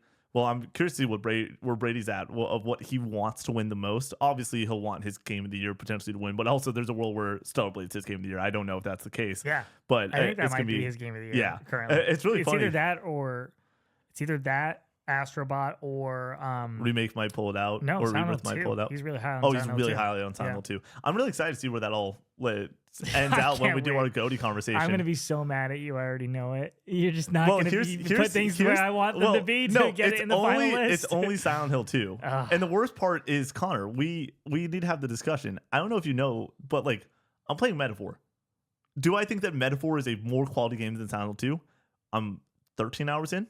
Yeah, I think that probably is. And then so that would kick it out though. It's at 10 right now. I'm just not hooked into. Well, the games that you have above it though, other than Metaphor. Yeah, like, you have a ton of games that I don't think for are you. above It's The Lost Crown and Stellar Blade and Helldivers. You are like, how the fuck do I have those over? And I think that those are better games. So you also have Neva over it, right? Oh yeah, dude, Neva. That's one that you've fallen off Call of Duty's campaign. Just for like the moment. for a while. I might finish it. I have a lot of games. I have a lot of games that I kind of like want to clean up right now. Like, I'm almost done with Super Meat Boy. I'm almost done with Call of Duty. Connor, you're playing these cleanup, and then there's this fucking pocket like toy that you have called the PlayStation fucking Vita, and you're just like, I'm like, Connor, how's Call of Duty going? And you're like, Vita. Nick, it means life. I'm not playing Vita at home. I know. I'm playing it at work only, like during these little breaks. But so what are you gonna have? I don't have time to play video games. Period. That's true. You're just going home and crashing out, which is awesome. And is necessary. But what's gonna be the next at home game you're gonna hop into? I mean, I've been chipping away at Metaphor. Okay. Like, yeah, that's all I've been playing. If I'm playing something at home, I'm playing like 30 minutes to an hour of Metaphor at a time. That's I'm in fair. the second dungeon still. I will say though, fucking Neva. That's one that like I'm going to make you and Brady play before we like if we're shooting that day and we have a 5 o'clock shoot. I'm going to both your places 10 a.m. and I'm like, you're playing Neva before you finalize your list. Like I won't allow a world where that's not played by all 3 of us because that's in my top 5 right now, I believe. Come on, so good. We'll see. The other thing though is like, if I do want to play the game within the game, I cannot have Erdtree on my list. And like to go and shout out other titles because I'm gonna be the only one with it on my list. We'll see how it all. I'm plays so excited for that podcast. That, by the way, is must-watch content. We have a date for it. We will let you guys know when we want to make that public and everything, though. But it's gonna be an awesome Monday when that releases. It's gonna be a good one. All right, hopping into our predictions for the announcements for the Game Awards. As you know, it's not only a award show where we're getting handed trophies out to developers and teams for their accomplishments throughout 2024, but it's also a mini E3, or really just the E3 of the year at this point. We are going to get plenty of announcements, world reveals. Jeff's got some fun tricks up his sleeve, I'm sure. So we came with our lock, what we think is definitely going to happen, our lengthy, something with a lot of caveats, something with a little bit of a sauce on it there. And then we have our long shot, something that we think is probably not going to happen, but we are going to predict it anyways. So I will kick this off. I go first because Nick has 2 predictions for each of them in case we overlap, because this is Nick's bag. This is what Nick is all about. I also want to shout out, we're shooting this on Friday.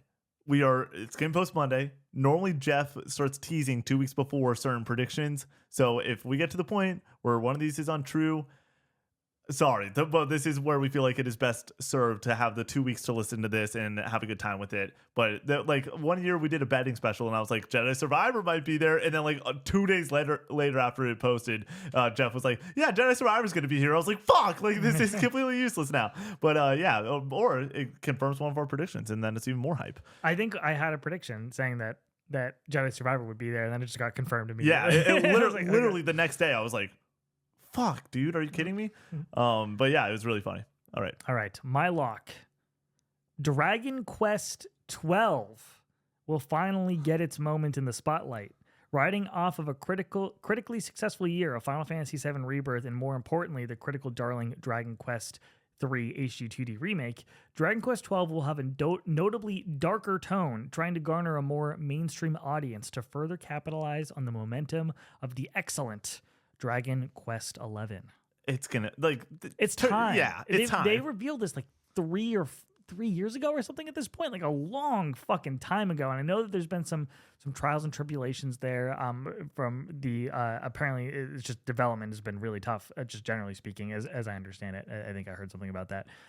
But yeah, I can't wait for this game. I think Dragon Quest is just in a really good spot right now. I think Dragon Quest 11 got a lot of new fans in the West into it. Dragon Quest is exceedingly popular in Japan. Like, they fucking love it over there. Are you familiar with this? Apparently, yes.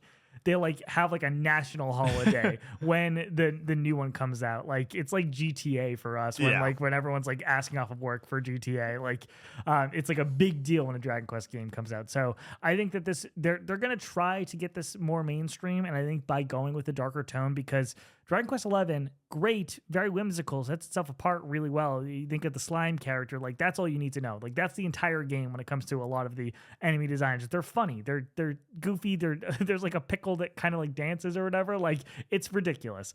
But I think that if they go for a more darker tone, they could possibly get just like a new audience of more hardcore RPG fans that they can get this whole series kind of going into a whole new direction and garner a whole new audience. And I think Dragon Quest 12, I think it's time. I think if you're going to see a Square Enix game, the one that has the best shot at this point is coming up, because 3 Make is too far out. It's too far. I don't know if you're going to have a prediction on Kingdom Hearts 4, but I think I would doubt it. I doubt that we're going to see Kingdom Hearts 4 here. And if anything, I feel like you can get away with showing Dragon Quest 12, even if it's not necessarily close. You know what I mean? Like, they could show a trailer for it. When we saw Dragon Quest 12 get revealed, it was literally just the title card. Yeah. So it's like, even showing a minute-long CG trailer, game type of deal, like, would be hype. That would be exciting, and maybe give like some sort of window of like a year, 2025, 2026. 2026 would make sense. I feel like get the hype going. What's next year for them for Square Enix for major titles? Nothing. So I mean, well, Dragon Quest 12. It's a question. Which chicken and the egg? Is it Dragon Quest, or is it can be Kingdom Hearts? Dragon Quest 12 and then Kingdom Hearts 4. Okay. And then 3 Make. Okay. I think that's a good run. If that's 2025 especially, and then 2026 is KH4, and then 2027 is 3 Make, which I think that's about where that's going to be. Yeah, that makes sense. You ready? Let's hear it. My lock. Well, Connor, I said I was going to bring it. We're going to just fucking bring it. It's a lock. It's going to happen. Hollow Knight Silk Song. I thought about doing that. Fucking here. It is time. You predicted that as your lock last year, by the way. Yeah. I'm sick of this conversation. I'm sick of it. But here's the thing, though. Last time, it was like, oh, it's been 6 months since we last saw it. It makes sense. We're at the point where it's been a year and a half since we've seen this on a stage. And that was the Xbox Showcase stage. That's actually 2022 at this point? It's been so long. It's been so fucking long. Yeah. It's time. I think that Jeff has it. That's the whole question, is how much sauce does Jeff Keighley have? And I think the 10th anniversary, I think the way they talked about Gamescom and being like, we got a hell of a show and everything, I think they got it. And I think that this is one of those that, like, this isn't part of the prediction. I think it's a great second announcement. It's one of those situations where you get it and it will make the entire show for so many people. Like, the Game Awards could suck outside of that, and Hollow Knight was announced, and it's still a win. You know what I mean? Here's how much I think Jeff has it. Hades happened, and then we hopped into Judas, and like that whole moment happened. I think Jeff has something first, and then the second game is Hollow Knight Silk Song. Like, where like they alley it with a like major fucking AAA banger, and then they oop it with a fucking Hollow Knight Silk Song release date trailer. You cannot, if they show this fucking game again and don't put a release date on it, I'm gonna flip the table. Yeah. Oh my God. Crazy. Connor's going to start choking me out with my tie if Hollow Knight doesn't have a date All right. during the Game Awards. Connor, what's your lengthy? My lengthy. We will get an extended demo of the new Fable game from Xbox. It's over 5 minutes of gameplay. We will all come away more impressed and excited, and I will say, dang, I really need to play the older Fable games and get into Fable now. I love the dang. Because, Connor, if you don't say it, if you get lost in the moment, then that's a big X for you. I love this prediction. I was thinking through my Xbox predictions. What could be best served for a moment like this? South of Midnight just had the previews. We've already seen the gameplay. I assume that that's going to get a date at the Xbox Developer _Direct. That makes sense to me, but I think that's next up. So then we go later in the year. Avowed, do we want to do that whole song and dance again? We just did Avowed. Can't do it again. They just had a preview. This game should have already been out. And they said, they were like, this game is done, but we just want to get it out of this clogged up year. Oh, yeah. And then they just moved it into like the most busy month fucking possible in February. Monster Hunter Wilds wasn't there, and fucking Shadows wasn't there originally. I feel like they must know that like something about these other teams release dates. You know what I mean? There must be some buzz in the someone's industry. dating someone from the other team. Yeah. They used to go to college together. But I love this because I'm thinking Doom would be exciting, but we already know what that is. And we already saw it in engine gameplay. Fable has major question marks, and it's time to see it. I think that the only issue I have with it when talking about Avowed is that they're both fantasy games. That's true, but what do you mean about somewhat. it? I mean, like their year, or no, you just can't talk about two fantasy games at the same time, if that makes sense. Like, but I don't think that they're gonna if they're both Xbox games. You don't want to like be like, oh, Avowed is coming out for like soon. You get Avowed out and then you talk about Fable. That's you don't fair. want people to be. You don't want to be talking about Fable and be like, oh, I'm gonna play that fantasy game, not Avowed or whatever. Especially Fable looks better than Avowed, and I think Avowed looks great. Well, more on that next week. I'll have a hot take on Avowed next week. Yeah. Oh, I'm excited about that. No, I'm stoked for Avowed, but I do think that you're right. That holds it back because, as someone that is still not sold on Avowed, and people love the previews, and people are Obsidian's one of those game developers that brings the fucking heat and everything, I'm out. I still am like, I look at that February slot, and I believe that when we have our meeting come mid-January, being like, who's going to review these games, it will be, Connor's got Avowed. Oh, like, you're not going to play Avowed? I might, but like I have Shadows and Monster Hunter. So good. Like I got those two in my bag. I might not want to get to that I'm one. definitely not playing Assassin's Creed Shadows. That's what I'm saying. I have no interest Where in like that might be I have some level of excitement. I might be a little bit more excited for Avowed, but let's just put me on this so we can get someone to review it on the team. The previews are so good for Avowed. I mean, I've been on this game like on the hype train since the developer direct, and I've been like, this looks great. And then like everything we've seen since then, and everybody who's gone hands on with it loves it. It's great. So I can't wait. I'm looking forward to it. My lengthy. The nice part is like Hollow Knight 2. It's like, how do you bring more sauce than fucking Hollow Knight as a lock? And this is how you fucking do it. Persona 6 is revealed. It happened at the start of the show. It has a 2026 release date. That's that's your long shot. I'll change it right now. Oh man, I'm sorry, but I like, what do you want from me? I firmly believe that the alley oop moment is going to be major AAA banger. It's going to be Persona 6. This is going to be the moment of the show. You have a team like Atlas that's going to be raking in the awards for all night. That's a hell of a way to start the show. And I think that they're going to start it. I think they're going to deliver the fucking goods. And it's also a rumor thing that like it's been brought up before, but it got brought up like months and months and months ago. Is Studio Zero working on it though? Do you think? I don't think they're on it. Is it like the Persona 3 team that did the remake? I there's got to be some sort of. Do people feel comfortable with that? You know I think what I that there's going to be enough developers because Metaphor wasn't. It was the team. Like it had core people from that team, but it wasn't everyone that made Persona 5. Like this wasn't the next Persona game for them. I think that there are people working on it. I think that there's Atlas is also bigger than I think we all believe it is because they're just making games left and right. I think that if they go they're full also tilt, publishing games. That's true in some capacity. Yeah, they're going out of their way to make fucking awesome games for us. I'm looking forward to this one. I think it's going to happen. P6, like I said, I think it kicks off the show. They also love revealing games too early. Yeah, they revealed Persona 5 with a image of like 4 chairs with like weighted chains, like prisoner like chains like on the chairs or whatever.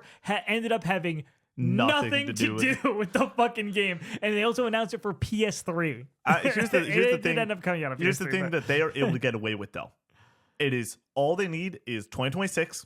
That buys them 2 years.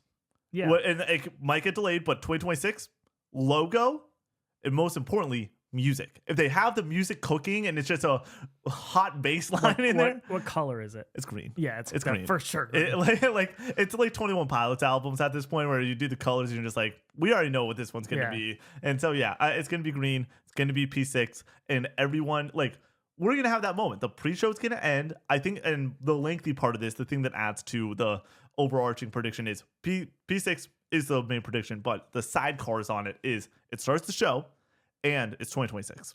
You think that they might do Persona 2 remake before that? Maybe they might get that in first. They really are having a lot of success with these remakes. I think not. I don't think so. Yeah. I think that they're on a full tilt. Has more work to do. I think obviously. After that Metaphor team finished up their work, they're all in on P6 and helping out with that. You think they're all just folding in? I think that they're all probably folding in to make it happen. I kind of hope that the Metaphor team is just going on to the next thing. Dude, and now let them go be weird. Let them make Metaphor : something else. I honestly, I don't know how Metaphor all goes. Yeah. I just like new IP. Don't make another Metaphor game. Go make a new fucking thing. You know what I mean? Yeah. To get Metaphor, you need to make a Metaphor. You know what I mean? Like, they need to go make something else. Here's why I like Metaphor in comparison to Persona. Genuinely. How long to beat Persona 5 Royal is like 110 hours for a mainline playthrough. This is 65 hours. If you want to cook through this game, you really can cook through this game. Like, I like that there's this secondary option in the Persona style universe to go and play something that is as deep as Persona, but with a little bit less like clouding over you of a gameplay length. So I don't know. P6 is my lengthy. That's the thing though, where I'm like, Connor, I'm on a trajectory of spice right now. Okay, we had Hollow Knight as an appetizer. That could be a long shot any other fucking award show. But when I said I believe that Jeff has the sauce, we'll get more into it in our like rundown predictions and everything after this. But like, I think he's got it. I think he's full on got it. We're gonna be so wrong. It's gonna be awesome. We'll see. All right. I'm changing my lock again. We'll talk about what I'm changing it again. Oh wait, you're changing the on lock? The fly. Yeah. Oh damn, fuck yeah. Sorry. I'm changing the long shot. Yes. There we go. Yeah. Again, because I changed it because you just stole mine for P6. Yeah. And then I just changed it. I'll tell you what I changed it to after this, but I'm changing it again. I'm changing my prediction for my long shot. You're hearing rumblings about Troy Baker being the voice in the next Naughty Dog game. You're hearing rumblings from Neil Druckmann saying that he's working on his favorite game that he's ever made. He's the most excited he's ever been for a new game. And when you look at his previous games, it's like, God damn, how good could this possibly be? I think we see the new Naughty Dog IP here. I think it is finally happening. We are, 4 years into the PS5 life cycle, and we have not got a new Naughty Dog title announced. We got Uncharted 4 and The Last of Us Part 2 in the last cycle. They need to get going if they're going to get a fucking game out on this console, period. Like, The Last of Us Part 3, that's a PS6 game. Take it to the fucking bank. And if they want to even have the potential of getting on PS5, they have to get a new title out in the next 2 years. Yeah. 2026. And even then, like, I don't think you're getting The Last of Us Part 3 on PS5. But my lock, or my long shot, is the new Naughty Dog title will finally be revealed. Last of Us Part 1, revealed at the Game Awards. Yes. You also have the Factions multiplayer game that was not that is no longer happening, revealed at Gamescom. So SGF. At SGF. Yeah. They have a relationship, Jeff in Naughty Dog. So I think that it's finally time. I think that just PlayStation is in such a weird place, generally speaking, that they need to start putting the dominoes in place for us to knock down over the rest of the PS5 lifecycle. We just got that with Yote. And I think that in my mind, I was like, that was so recent. That's in September. Like, it's been a minute. Like, it hasn't been like super close that you can't come out with another fucking hit and start like lining up, like getting people really excited for the PS5. And I think you do that with fucking Naughty Dog. Yeah. We would cry. I think across the board, you, me, and Brady, if that Naughty Dog logo pops up, it is. I'm getting chills again. It's the one thing. It's the one fucking thing. Like, this channel, go back to 2020 when I started creating content. All I cared about when it came down to reactions was getting FF7 Part 2 on fucking real when we get to react to that. And it happened, and the audio is completely fucked, and that video is bad. But I was excited to have that moment. Ever since we became Co-op 64 proper, all I've wanted. All I've wanted. And like the name, we changed the name over before PlayStation Showcase because I was like, there's a chance we live in a world where we get a Naughty Dog logo at this fucking showcase. I want it. I think the way that I perceive this to be, and I'm not trying to like get anyone too hyped, but reminder, Jeff fucking delivers. Like Jeff does a great job, and if he has the opportunity to kill it, I think he's going to. I also think PlayStation 30th anniversary. It's this year. We want one more major thing. I also think that my perception on PlayStation for next year, we already know what it is. It is Ghost of Yotei. It is Death Stranding 2 on the beach for the major exclusives. I think that's a great year. And that's a great year. Yeah.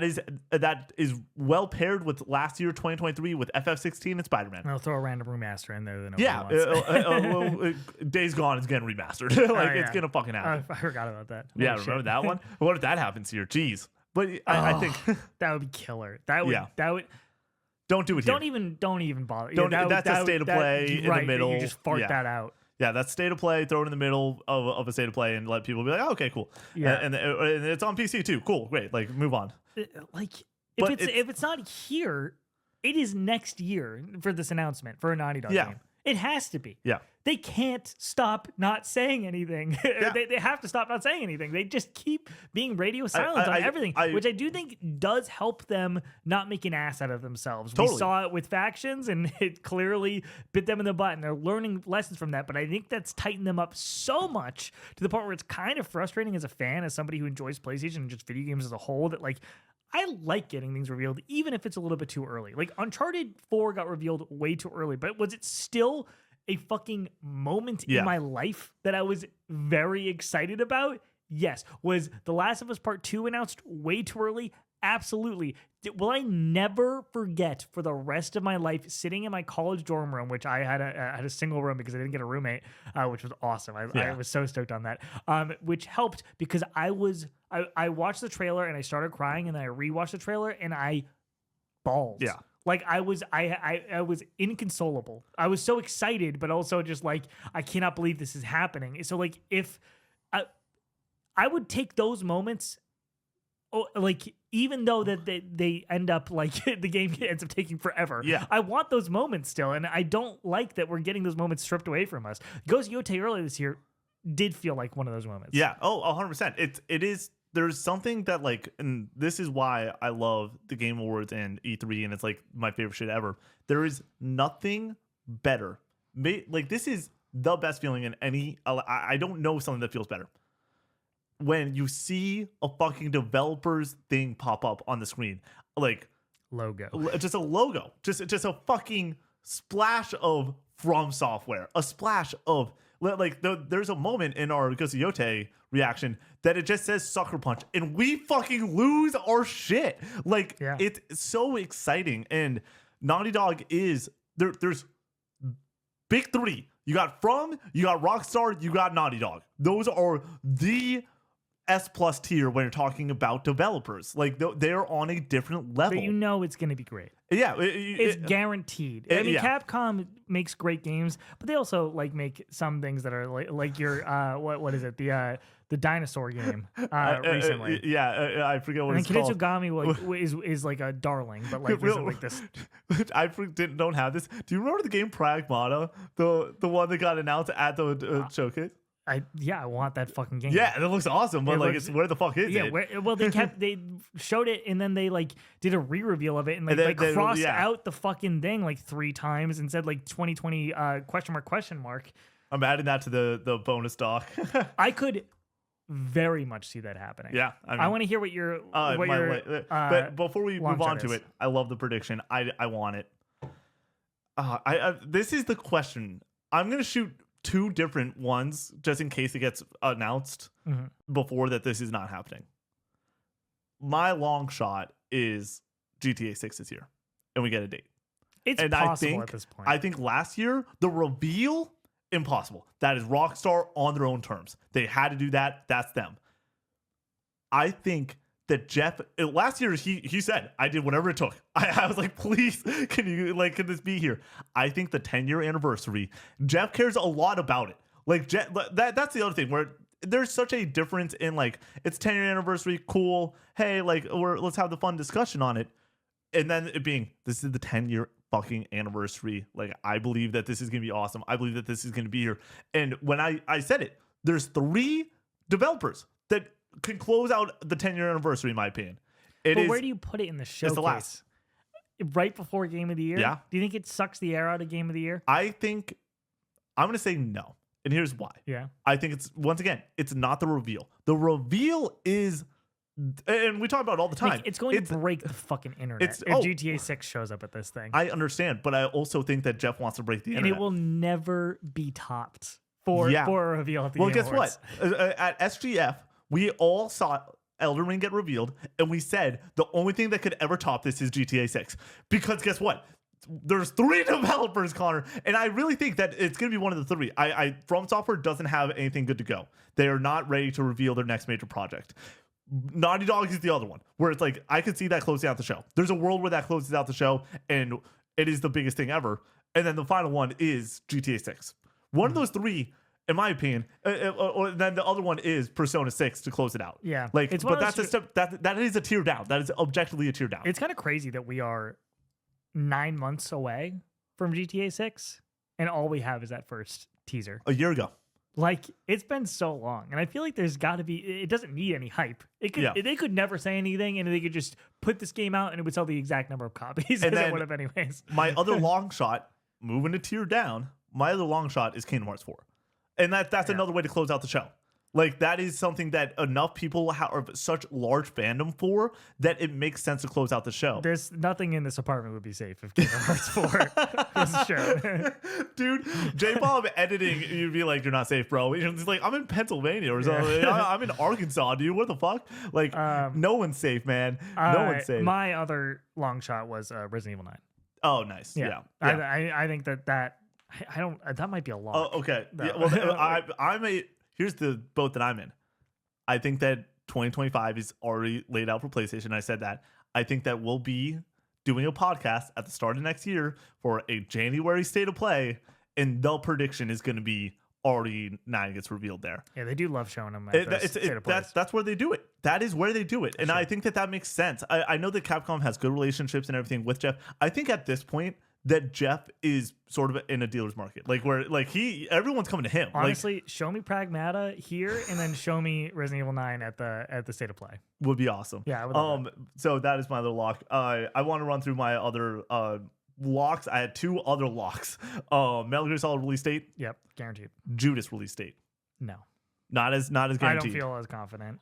I want that really badly, and I want it to be the first half of next year. Yeah, it feels like it's got to be soon. Yeah, I mean, 2022, we got in-engine gameplay sort of deal. Jeff played it at the start of this year, I believe. Like he played it. He was like, I played like 6 hours of this when it got revealed. He's like, frames per second podcast who went and played it as well. So I think that this game is cooking. It's just I think that Ken Levine wants it to be perfect, and that's just who he is as a director. And then my other lengthy was we get a fighting game double feature with getting the announcement date and the release date of 2XKO, which would be fucking awesome. That's how you get me going. And then also getting the Capcom Fighting Collection 2. You don't call it Fighting Collection 1 without getting another one. So I think that we're going to get another Fighting Collection from Capcom, and it'll be hype as fuck. Didn't they announce the second one or something? It's not. It's a weird thing. It's not. It's like a Capcom versus something collection. Okay. It's not the Capcom Fighting Collection 2. But yeah, they did another thing at Indie Direct. But yeah, it's exciting. So what we're gonna do real quick, we're gonna run through our predictions real quick because this is gonna get broken out. And I probably do need to repeat the lengthy long shot thing. I'm gonna kick it to you first. And we're gonna do. Like, if you want to do 2 predictions or something in case something gets announced, what's your? I don't have. Yeah, you don't have anything that could potentially get announced. My thing is GTA 6. There's a real shot that Jeff comes out tomorrow and says it's not there. Like, don't expect it because that's what he did last year. That's fair. So I want to make sure I have just in case because this is going up sometime next week. I'll edit it the night before just so we know that it's not going to get spoiled properly. But yes, here we go, Connor.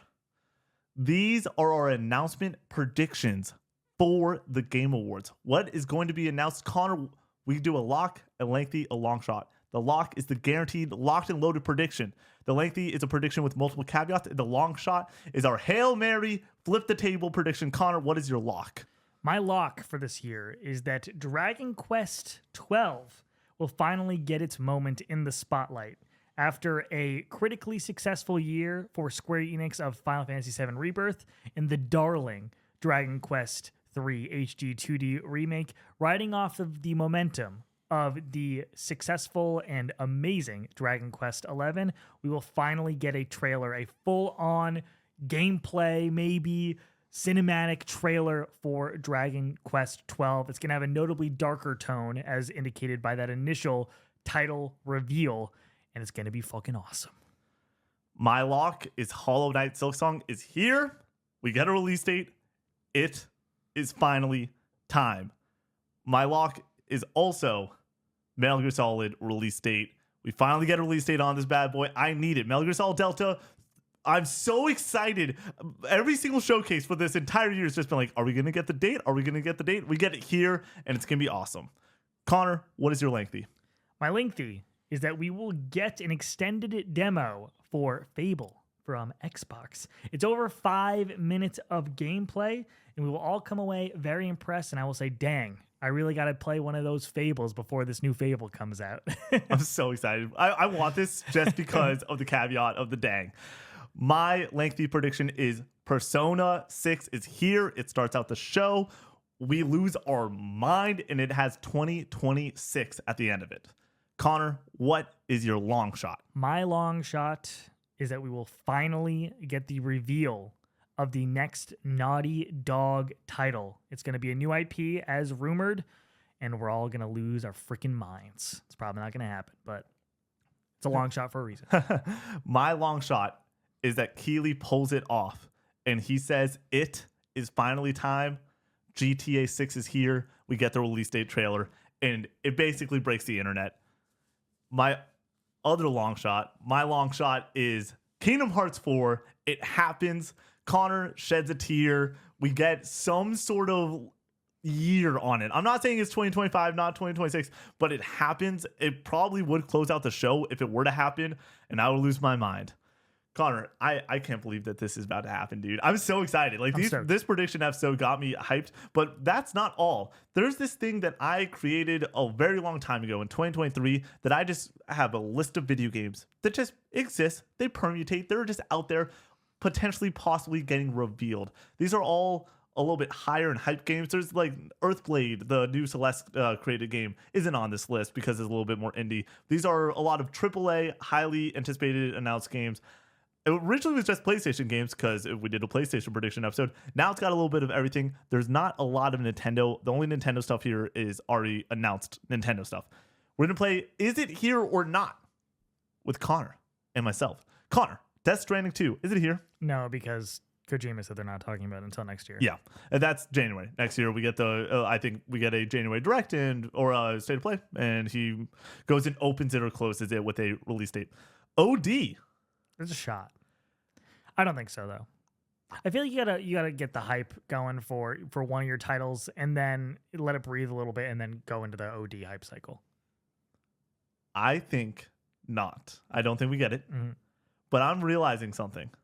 We're gonna have a Jeff Keighley show without Kojima. Is that what you're saying? Yeah. 10th year anniversary. Kojima doesn't want to be part of it. Every single one. I don't think. I feel like he has. No, it's just been the last two. Yeah, I know. That he's had a high presence in. So I think he's there. Okay. Well, correction. Let's pull this back. Classic betting special. Kojima reveals himself. Yes or no? I think he'll be in the crowd. Will Kojima hit the stage? No. I'm gonna say yes. I don't know what for. It could be OD, it could be something else, but I think he's got to be there. Could he also be lying about Death Stranding? I think he could. Yeah. I think he could have been like, yeah, we're not going to do it until next year. And he's like, December basically is next year. Why not? Sure. That's the other thing of if it is like he made a trailer that he did the same thing he did back in 2023 or 2022 where he like made a trailer and like July he posted it and then everyone was like, oh, it's going to be at Gamescom. And then it was at the Game Awards. He did the same thing this year with another trailer. It's like, I just don't Yeah. see a world where he's like he loves being a part of these types of shows. Like he loves the stage. I think that he's got to be there. It's also Jeff. Like Jeff is gonna ask him, please give me something. Like I want to go and have you on stage. And it's Kojima. He's a god when it comes to game development. So yeah, I'm fine. It's got to be there. I realized that. I don't think so. I'm saying no to both, and I'm like, he's gonna be there though. So how is he gonna be there? Third option. This is where I'm heading. Kojima has another game. No, That's how it's gonna go. No, he'll show a movie trailer for the Death Stranding movie. That's possible. That's possible. I like that. Yeah. Why not? Wolverine. No, I think that game's gonna get canceled. I also think no. Oh, I don't think it's canceled, but I don't think it's gonna come out. It just clearly has problems. KOTOR remake. No, that game's ever coming out. That game is. I mean, we heard recently that they still got a full team. They're still working on it. I do not believe them. I'm also going to say no. That's like a fool's errand bet. Like it's just not going to happen. And I just want to say for Wolverine real fast that I hope that it comes out and I hope that it's great. Oh yeah. I just due to the Insomniac leaks, it just doesn't look very good, and not the like unfinished like stuff that was leaked. Yeah. It was just like the way that it seems to be like going with development. It just doesn't seem to be going great. So Metal Gear Solid 3 remake Delta.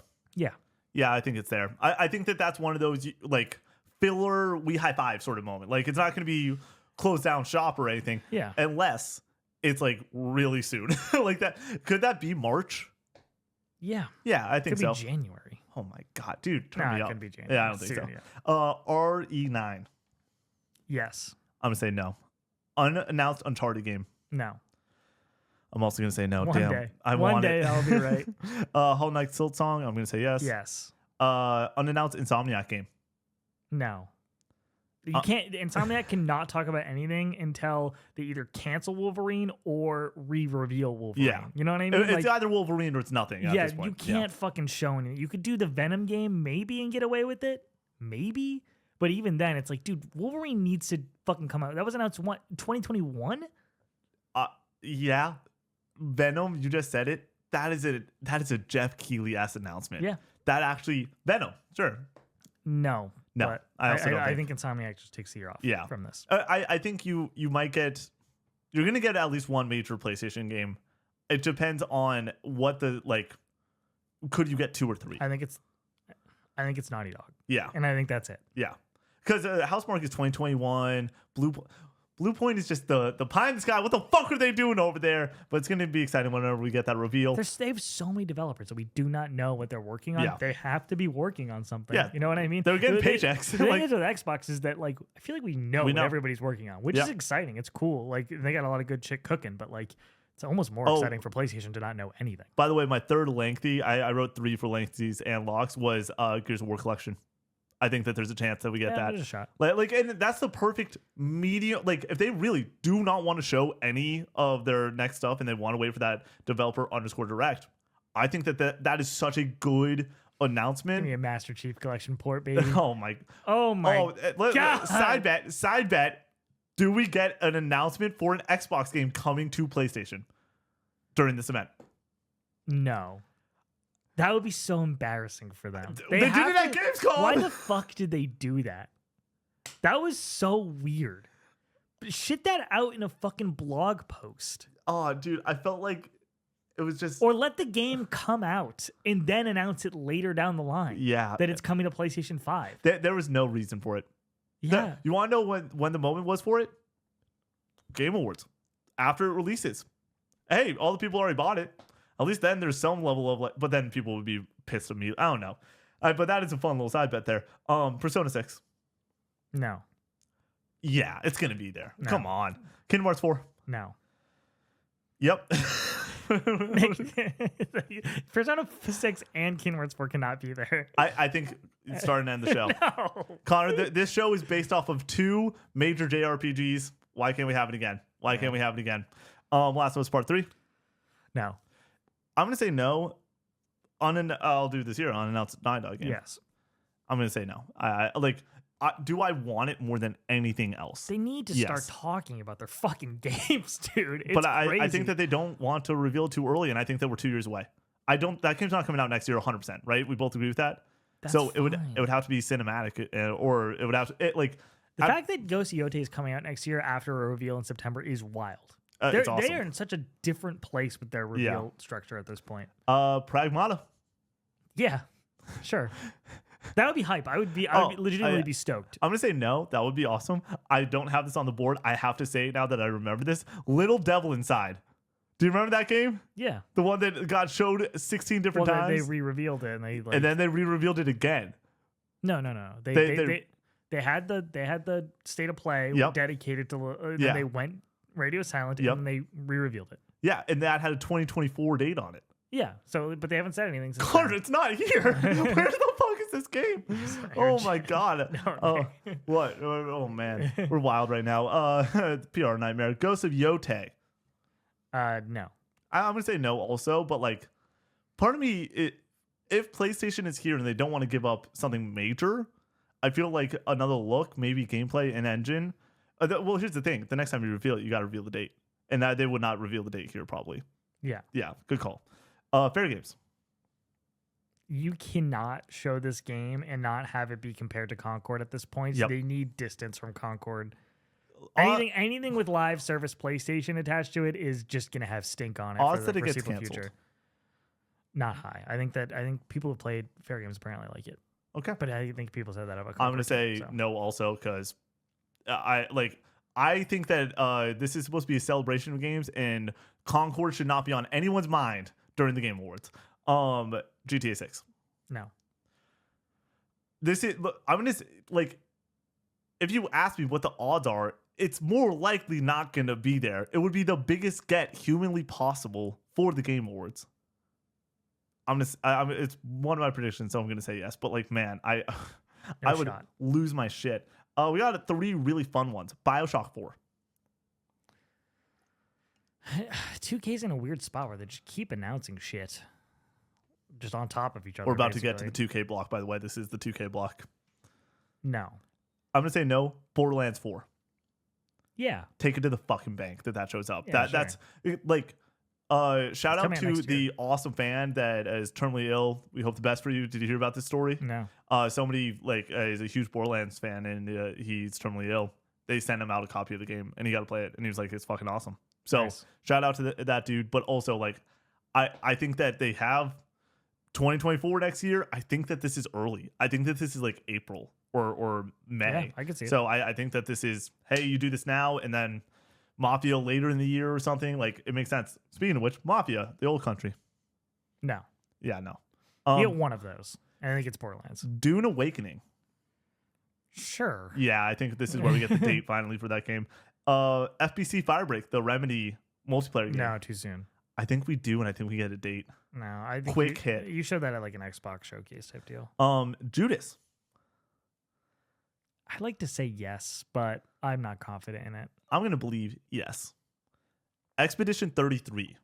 That game's coming out in spring of next year. Yeah. I think we do. I think we get the date. Yeah. That checks for me. This is where we get back to like, do I have Resident Evil 9 on here twice? I do. This is where we get to like the fun block where like these next 2 games are in the same part of my brain. Wonder Woman. No. It's been 3 years. I can't believe that game's still coming out. I'm also going to say no. 007 IO Interactive's next game. Yeah. You say I'm going to say no, but like, fuck yeah if that happens. That's the other thing where if we are right on a third of these, it's the best Game Awards ever. That reminds me, I need to go home and buy Hitman World of Assassination for $3 right now on Steam. I hope it's still up there. I think it is. I imagine it is. Yeah. It's Friday, so Avowed. No, I think they need to not talk about that game until it comes out. I agree. I think you just show commercials of this. I'm also gonna say no. Fable. Yes. I'm gonna say no. South of Midnight. No. I'm gonna say no. If anything was to get a release date though during this event from Team Green, I could say it's South of Midnight. Well, you could get it for Fable too. What do you think those first? Are all 2025. What do you think's first? I think South of Midnight might be first, but that doesn't mean that it's going to get... Well, people play South of Midnight, and we've seen gameplay. No, I imagine that it is first. Okay. It does not mean that you're guaranteed a release date for it first. That's true. That's, you know what I mean? Well, I mean, you're 100% right, because we saw it Avowed first, and then Indiana Jones is now coming out before it, too. Right. So, Doom the Dark Ages. I could very well see that. I don't think it's going to happen just because I think it's going to be Fable, and Yeah. I don't think you cannibalize with 2 Xbox games. But there's a Xbox good shot. has to show up, and I honestly like the Fable prediction They at just this have point. so many dominoes like ready to tumble. Hopefully they all pan out. It's just The Gears of War collection. no. I'm gonna say no. Also, Forza Horizon 6. No. There was just a news story about it being further away than we even think. So I'm also gonna say no. 2X motherfucking KO, Connor. Sure, for you. Woo! You don't want to get some League of Legends fighting? No, Come on, I'm baby. not interested in that That's the game. most League of I'm not Legends I'm interested in gonna touch. fighting games just in general. So You don't want to fight as Echo, dude? Come on, I mean, boy savior. Jinx. Capcom Fighting Collection 2. Sure, why not? I think that's a perfect. Like, there's not going to be there. I want to throw this one out there. Tekken 8, the last DLC character, has not been revealed yet. Like, it's either going to be revealed. There's a fighting tournament thing, like 2 days before the Game Awards. It's either revealed there or it's revealed at the Game Awards. Sure. I'm going to say I'm making a very exact prediction. I think that they wait until the Game Awards. I think it's exactly in the slot that Street Fighter 6 was last year, which was the last announcement in the pre-show where they did a DLC character drop. I can see that. I think that that's a perfect way to do it. Hey, great trailer, watch the person fight, or maybe it gets announced and then this is the first time we see gameplay of that. I like that. Deltarune. No.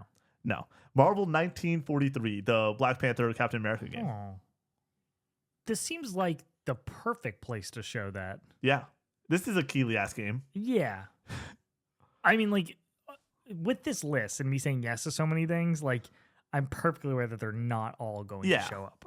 But, like, yeah, I'll say yes to this. I'm going to say no. Only 2 Nintendo games. Metroid Prime 4. I could see it. That would be awesome. But also, it's one of those games where I feel like you don't need to show anymore. The next time we're seeing Metroid Prime is when the Switch is revealed. That's where I'm at. Switch 2. So yeah, Switch 2. Pokemon Za. No, that's just Pokemon Direct. 100% I agree feel on like that they one. Otherwise. Final 4. Splinter Cell. No. I'm also going to say no. That's Ubisoft. Even though Ubisoft loves to show things at other people's show when they should just leave it for their own because they are allergic to hype, apparently. It's not going to happen here. Final 3. Or Final 4, actually. I'm going to close with a fun one. Skate 4. Ooh. That was shown last year, right? Or was that SGF? That's SGF. Yeah. Sure. Why not? I'm going to say no. The Wolf Among Us 2. Please, please, God, show me the Wolf Among Us 2 again. We were literally talking about this in the Discord like yesterday. I would love that. And then I'm going to say no. Final Fantasy 9 Remake. I forgot about that existing. The NVIDIA leak, Connor. Sure. yeah.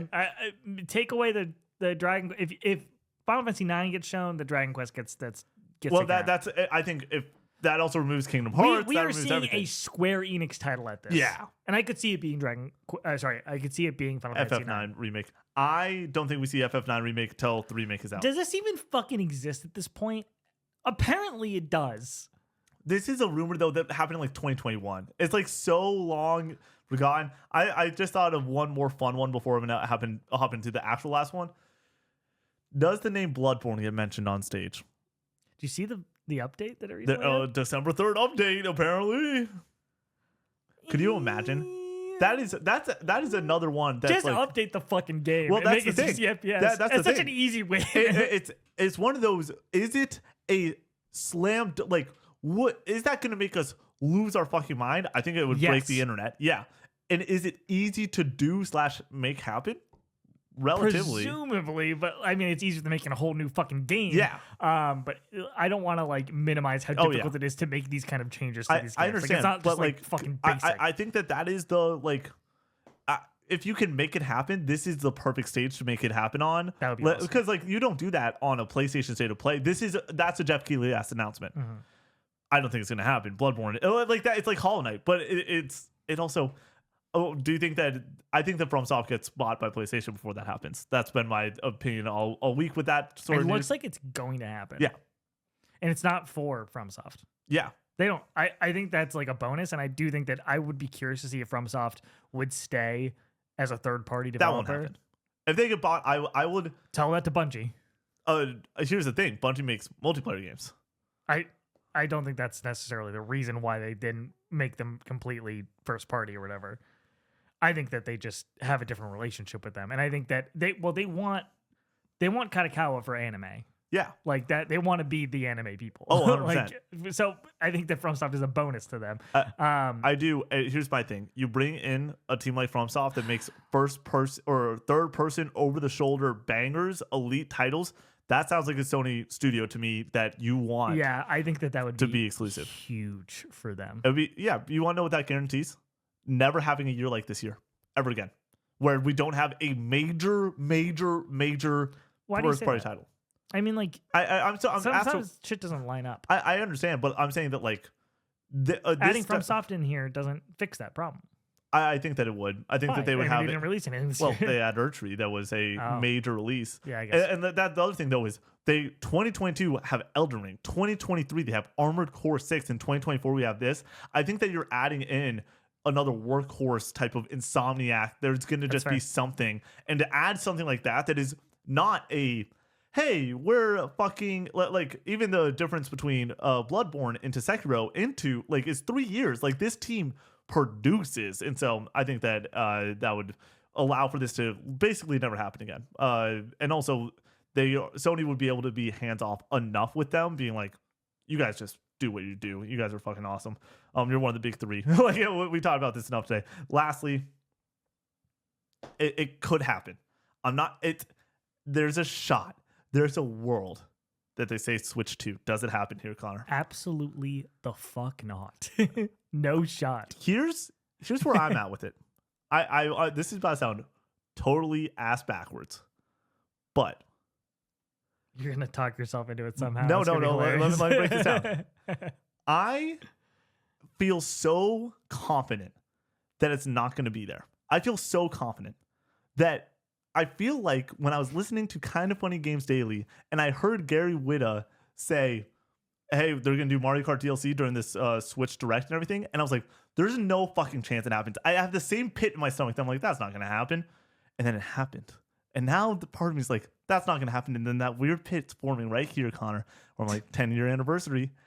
I don't think the 10-year anniversary of the Game Awards matters as much to anybody outside of Jeff Keighley. Oh, I agree. But I also think, though, that Jeff has it for the 10-year anniversary. Yeah, we'll see. I also want to throw this out there, but because this is the last we'll talk about Game Awards, most likely until we get to the day of. And obviously, the Metaphor streams and group stream, we're going to have these conversations. They will still permutate, and then obviously will be in the comments of these types of posts, too. But I think that this year, we've said it, and now that we've gone through the list, now that we've gone through our predictions, it's not just potential energy.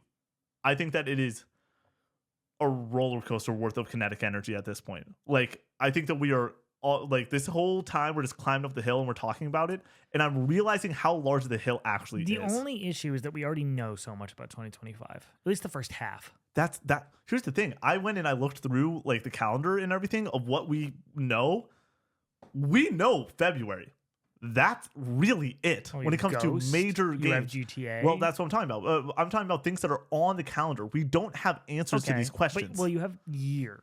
Yeah. Like, so we know what's coming next year for the most part. How much more can you stuff into next year? I also think, though, we need some answers, one. And two, I also think, though, we're talking about December. Games get announced for things a year plus all the fucking time. I agree. I'm just saying that it seems like that's happening less and less. I think that we're going to leave this desk on the Game Awards. We're going to have a moment. I'm going to look over at you. I'm going to look at Brady. And we're going to be like, this was the best Game Awards ever. I think... I don't want to set my expectations, but I do think that it has a shot. I think that this year, more so than last year, where last year we sort of were like, okay, like this year sort of feels like a little bit more filler. There's starting out, it was Exodus that actually started, not God of War Valhalla. Do you remember that? The Matthew McConaughey sort of all right. I'm interested in that game. Oh yeah. I don't think we see it here. That's down the line for sure. But like, what's going to replace something like that? I think that they got the shit this year. Like last year, I was like Persona 6 felt too early. A lot of these games just felt too early. Yeah. Like PlayStation first party as a whole felt too early. We're like, oh, DLC still makes sense. There's no room for DLC. They cannot make another DLC because they're not making Spider-Man DLC and nothing else really exists. I think Venom would be a good supplementary thing to have this year. Yeah. But like, if not, you're talking 2026, and that's where you start talking Corey Barlog's next game, The Last of Us Part 3, unannounced Naughty Dog game. Like, we're not getting an announcement of The Last of Us Part 3. I know. We need to not talk about The Last of Us Part 3 like, as a thing that's happening anytime soon. Yeah. That is like a 2030 game. Yeah. Like what comes out first? Kojima's action espionage game or Last of Us Part 3? Kojima's action. I think so too. Because we get Death Stranding first, and then it's moves OD. On. Well, I don't think. Yeah. I think he, for PlayStation purposes, he's finishing Death Stranding, and then he is working on moving on to Fizzant. Oh my god! And then OD is like separate from that. Can you imagine, dude? Like, whereas I think we get Death Stranding next year. I think we get Naughty Dog's game in 2026. So like they're gonna have a year head start. Yeah, I cannot wait for this. And also, Kojima moves fast. He's like FromSoft. Like when it comes to development, it's every 3 or 4 years we get something new. Well, not really. Actually, well, 2018, right? 2019. 19. Okay. 19 to 2020. Oh well, it's gonna be 5 years. Shit, maybe I was completely wrong on that one. Yeah, exactly. That's what I was gonna say. Yeah. So you ready to draft? 6. Yeah. Dude, we have to draft still. Like, I don't know. I'm excited for this draft. I just am at the point though that I'm like, we are 2 weeks away. Less than 2 weeks, but by one day. I cannot wait for this. Like, I'm so thankful that I have those metaphor streams to eat up my nights and everything, because like it's all I'm gonna want to do is talk about this. I'm excited for the audience to hop in on those. By the way, though, real quick, I just want to make this clear. Connor brought it up. Thursday we're starting the metaphor streams, and then basically every night for the next week, there's going to be metaphor gameplay along with our normal streams. Like, we're going to do Infamous on Monday, and then we're going to roll into more Metaphor. Tuesday's going to be Metaphor till like midnight. Wednesday's going to be me in the Game Awards setup playing all hours of the night till like 3 a.m. It's going to be a blast. I can't fucking wait, dude. We didn't even say what the draft is going to be today. It's a fun one. Dude. We've never done something like this where it's only 10 games as an option, because we are going to be drafting Game of the Year winners. And making a definitive list. I have a question for you. Are you going for votes? No, I'm gonna be going for variety. You know what I mean? I think that if you're not going for votes, I'm just gonna win really easily. Okay. All right. Do you want first pick, or do you want me to have first pick? I forgot who got first pick last week, so you can have. I'll take it. No, I want first pick. Okay. There's a definitive 1-1 in my opinion. Oh. You can have yeah, that's exactly what like, you were like, I want The Last of Us Part 2, and I'm like, I'm not going to pick it first overall. Or do you want me to intro it and then I send it to you? Yeah, so kick it over. Today, we are drafting Game of the Year winners at the Game Awards. There are 10 total. This is the 10-year anniversary of the Game Awards. So, Nick, what is your first pick? My first pick is one of the greatest games of all time. In my opinion, it's one of the most definitive Game of the Year winners ever, because it just did basically the impossible, and that is Elden Ring. Open world Souls, and they pulled it off expertly. Unbelievable. Elden Ring is one of the games of all time. It deserved to win that year. That's going to be my first pick. Connor, where are you going? Elden Ring is indeed one of the games of all time. You know, like, it's an all-timer, okay? Yeah, I know. Like, when you talk about the games of all time, Elden Ring comes up at number 1. Technically, Loco Roco is one of the games of all time too, Nick. Fucking bad upon. All right.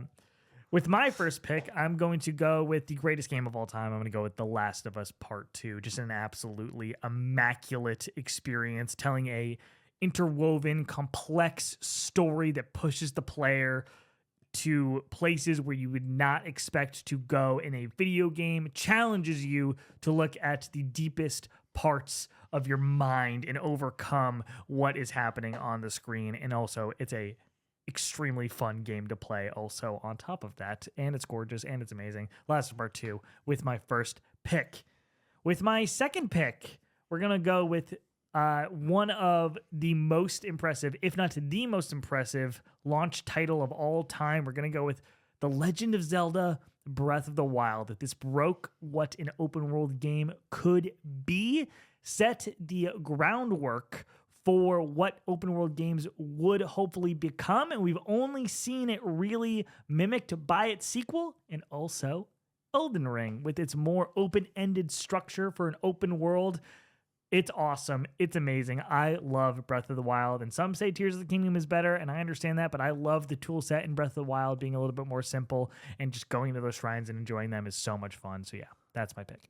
Connor, we still have a masterpiece on the board. I'm going to draft it every day of the week. God of War 2018, one of the greatest PlayStation games of all time. When I think about Sony first-party bangers, I think about the boy with the axe, okay? Like, it's an all-timer. Narrative, soundtrack, gameplay, unbelievable. And with my next pick, there's two options that I can go to get votes, but I'm going to go recency bias on this one. I'm going to choose Baldur's Gate 3. We are in a spot that for the next 5 years, everyone that is developing RPGs is playing catch up to what BG3 did. Like, they broke what an RPG can be. And when you're talking about Game of the Year, I think that it's one of the most definitive Game of the Years of all time. Where, do I love Baldur's Gate 3? No. Do I understand that it is one of the most technically impressive games of all time? Absolutely. So I'll take Baldur's Gate 3 with my third pick. My top 5 are off the board. Same. My top 6 are about to be off the board. With my third pick, everything Nick just said about Baldur's Gate in 2023 is what the case was for The Witcher 3 in 2015. This game, it was 2015, right? Yep. Okay. This game absolutely set the bar for open world RPGs, for storytelling, for side quests, for optional mini games with Gwent. This is a game that I've not beaten myself, but it's one of my wall of shame kind of games of like, I will eventually complete this game and I need to play more of it. But like, you can't deny the influence that The Witcher 3 had on this industry. With my fourth pick, we're going to go with Sekiro Shadows Die Twice, a game that Nick hasn't played any of, right? Any of. Oh my goodness, Nick, you got to get to Sekiro, and I haven't beaten it myself. I'm more than halfway through it, as I understand it. I played it or got back into it for the second time this year. Sekiro with my fourth pick, and a super challenging, really difficult, gorgeous game focused on parrying. Oof. Oh, dude. I just want to throw this out there. You got the better end of the draft because you got what I believe there are 7 titles worthy, like unbelievable, undoubt. Yeah, they are Game of the Year. These next 3 I feel like are the step down. With my next pick, I'm going to choose It Takes Two. Arguably the greatest co-op game of all time. I think that A Way Out is a better game. I think that Ratchet and Clank should have won it that year. I think that Forza Horizon 5, which wasn't even nominated, should have won it that year. But It Takes Two is unbelievable. And then with my final pick, I'm going to choose Overwatch. Love it or hate it, it is one of the best multiplayer games ever crafted. It is around today, and people still hate on it, and that's totally fine to like have the team not do what the player wants all the time. But like, it's still one of the best multiplayer experiences out there. It's still fun to hop into today. I love Overwatch. Come on, Overwatch. With my final pick, I'm going to pick Dragon Age Inquisition. All right. It's the weakest one. Yeah. Like, I have no take on this game. I have no opinion on it. Yeah. I played the first like 3 or 4 hours of it, and I don't get it. And going back to the original topic of the nominees, the fact that not Baldur's Gate, Black Myth is nominated and it's as weak as it is on Metacritic, it also for me just like that game's not going to win Game of the Year. Yeah. In the same way that Dragon Age was in such a weak year. I'm literally looking at the other nominees that year, like Bayonetta 2, Dark Souls 2, Shadow of Mordor. Like Dark Souls 2? Wow. Got nominated. And honestly, you can make a case it could have won. Better. Yeah, I mean, people still play Dark Souls 2. Nobody plays Dragon Age Inquisition. People are playing Dragon Age Inquisition just to be like, oh man, I heard that won a Game of the Year once, and then they were like, it did. Yeah. Like, no one's excited about it. And people love Bayonetta 2 still. Like, I'm sure there's hardcore Dragon Age fans who are really into Inquisition, of course. But Connor? like, I'm saying broadly. I want to close this awesome, long-ass podcast out with a question to you as we head into the Game of the Year conversation. We just looked at all these past winners. Mm-hmm. If Astrobot wins it, which we both think it will, where does it go? I think if we're being, by the way, like, I think we have the same-ish board when it comes to the Souls 10. personal ranking is different than how I would draft. I would Yeah. say that. I think that you slot it between for influence for like where it's gonna. I think you put it between The Witcher 3 and Sekiro. Below The Witcher 3. Yeah, That's fair. I don't hate that. you can't put it above BG3. You can't. Yeah, no. I think The Witcher 3 is a more important title. Yeah, We're talking about like watershed titles, whereas Sekiro, I think, is just a great fucking Souls game. I agree. I think, and I think it's that above it. Astrobot is a great fucking platformer. Yeah. Whereas like really any of the games from this year, like you can't say like Rebirth isn't the best open world game. RPG of all time. Like Yeah. it's just not. Like I love it for a lot of people. Do I think that Is it it's for me? Maybe. well, even like favorites, sure, but I also understand that like we're talking about the like if somebody said to me X is the greatest game of all time on all the ones that you said before, so The Witcher 3 and up, I'm like sure, like that makes sense to me. Sekiro and down, I'm like really, like we're doing that. Yeah. Like whereas Astrobot, I think you could make an argument. you can make an argument. I think it's a masterpiece. It's really funny though. Like I go and I look at my 10s list and I'm like, my weakest 10 is either Rock Band or Astrobot. I understand It's that. weird. It's such a weird feeling that I have for Astrobot because like, do I connect with it personally on like this really emotional level like a lot of other 10 out of 10s that I have? No, but I can't not call it a 10 still. Yeah. You know what I mean? The game like, is too much of a fucking masterpiece to not Yeah. call it a masterpiece. That's Right. that's what it comes down to. All right, I wanted to have that moment, but then also let's throw in something like Metaphor. Like what if Metaphor wins? Is it the same spot? No Yeah. matter what, does it just I end think it there? is. Yeah. Yeah, I sort of agree. Unless Shadow the Earth wins. Okay, then that Then it goes at down a the little bit. bottom. Yeah, that's the other question. Like, what if Balatro wins? Same. Could you put it over something like The Witcher 3? Yes. That's and then I think that's the end of the conversation Yeah. because that's what we're talking about when we're like I just people don't put enough respect. yeah for they Balatro. don't and when I said don't last I week- don't either. When I said it last week, like that it is like splitting the atom, I legitimately feel that way. Like Yeah, Tetris. yeah. People are it's just lines. It's just a stupid puzzle game. It's like, how is it that good then? Yeah.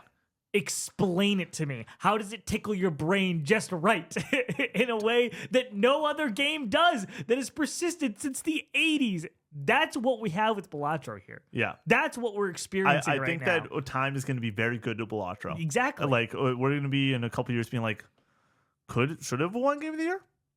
That's gonna be the interesting discussion. And it's like almost universal too. Like our mom loves Tetris. Yeah. Like she showed me Tetris for the first Yeah. time, and I was like, cool. And then like I could see our mother playing Balatro. Like I could see like just random fucking non-gamers being into Balatro. Like it's just a different fucking beast. Mama than what 64 we're is going to talking come up about. for Christmas, and you know that there's going to be a moment being like, Bing, bing, hey, bing, bing, like, bing, yeah, bing. literally. I went and I watched a TikTok of somebody's Balatro hand just going ham, getting every single multiplier and the ticking sounds and the beeps and It's- boops. It's just so satisfying. good. And I watched it for like 3.5 minutes, and then I was like, that score is 48 trillion. I'm like, oh, that's fucking awesome, dude. It's great. I really think that Fourth Man Up. I keep on saying it. I so felt good. like it should have been in the conversation this entire year alongside Astro, Metaphor. It's just hard to compare them. You know what I mean? Like I also want to throw this out there, though. I feel like the sentiment for a lot of people while discussing Metaphor is it's a discussion whether it is better than Persona 5 Royal in general. I've had like people land on either side, and it really seems like it's like 60-40-ish. Persona 5 Royal is a little bit more beloved just because of what it did. It was first, you know. I think that's how it's always going to go unless something really improves on the formula. But I also think though that Metaphor in a couple of years is going to be another one of those games that like when you're doing top 50 lists, sort of just going to end up there. Like it's sort of just one of those fucking awesome games. yeah. This year it's really interesting because I look at all four of those games in a similar light, and sure, they're below some all fucking timers, but like I also think that some of them are better than other Game of the Year winners, like by a bit. Like I'm not gonna say Sekiro because I haven't played it yet, but like we're talking about Overwatch. Or we're talking about Dragon Age. Overwatch was a moment. We're talking about It Takes Two. I love It Takes Two. I had a great time with it. It's not like 4 games are the big 4 on this year Yeah, are all better than It Takes Two I agree. by like a bit. I also haven't finished It Takes Two. I have. That game's an 8, maybe an 8.5 out of 10 if I want to get spicy. Like, these are 8.5 to 9.5s. Astrobot's a fucking masterpiece. Like, I don't know. Right. This has been a fun conversation, dude. This is one of those podcasts that I'm just like, we can go for hours on end. I love this shit. There we go. Another one in the bag. Thank you so much for joining us on this casual gaming conversation. Be sure to go to the link tree in the bio and vote on the Co-op 64 awards. We are doing a fan voted award show that we are going to be going over on the podcast. So if you enjoy this podcast and want to be a part of it in some capacity, there you go. We're going to be going through all of the nominees and the winners in the coming weeks. It's going to be Links super in the bio. fun. The link is in the bio. And join us on December 12th for the Game Awards over on Twitch. It's going to be a ton of fun. See how right or how more likely than not wrong we were throughout this podcast. Also, I asked for somebody to do the tally. If you're going to do that, please let us know in the comments or the Discord know, because I don't want like 18 people doing it when only one person has to do it to get the job done. So thank you if you're that person, but just throw that in the comments. I've thought about that a lot. I'm like, man, what if like 20 people all do this, and like that just doesn't need to happen. But thank you if you're going to be that person to go and tally whether we are right or wrong during the Game Awards. Once again, thank you guys so much for allowing us to even have the opportunity to do this and enjoy video games and talking about them with all of you. It is truly one of the honors of a lifetime to be able to do this. So thank you guys so much. We will see you on the next one. Peace out.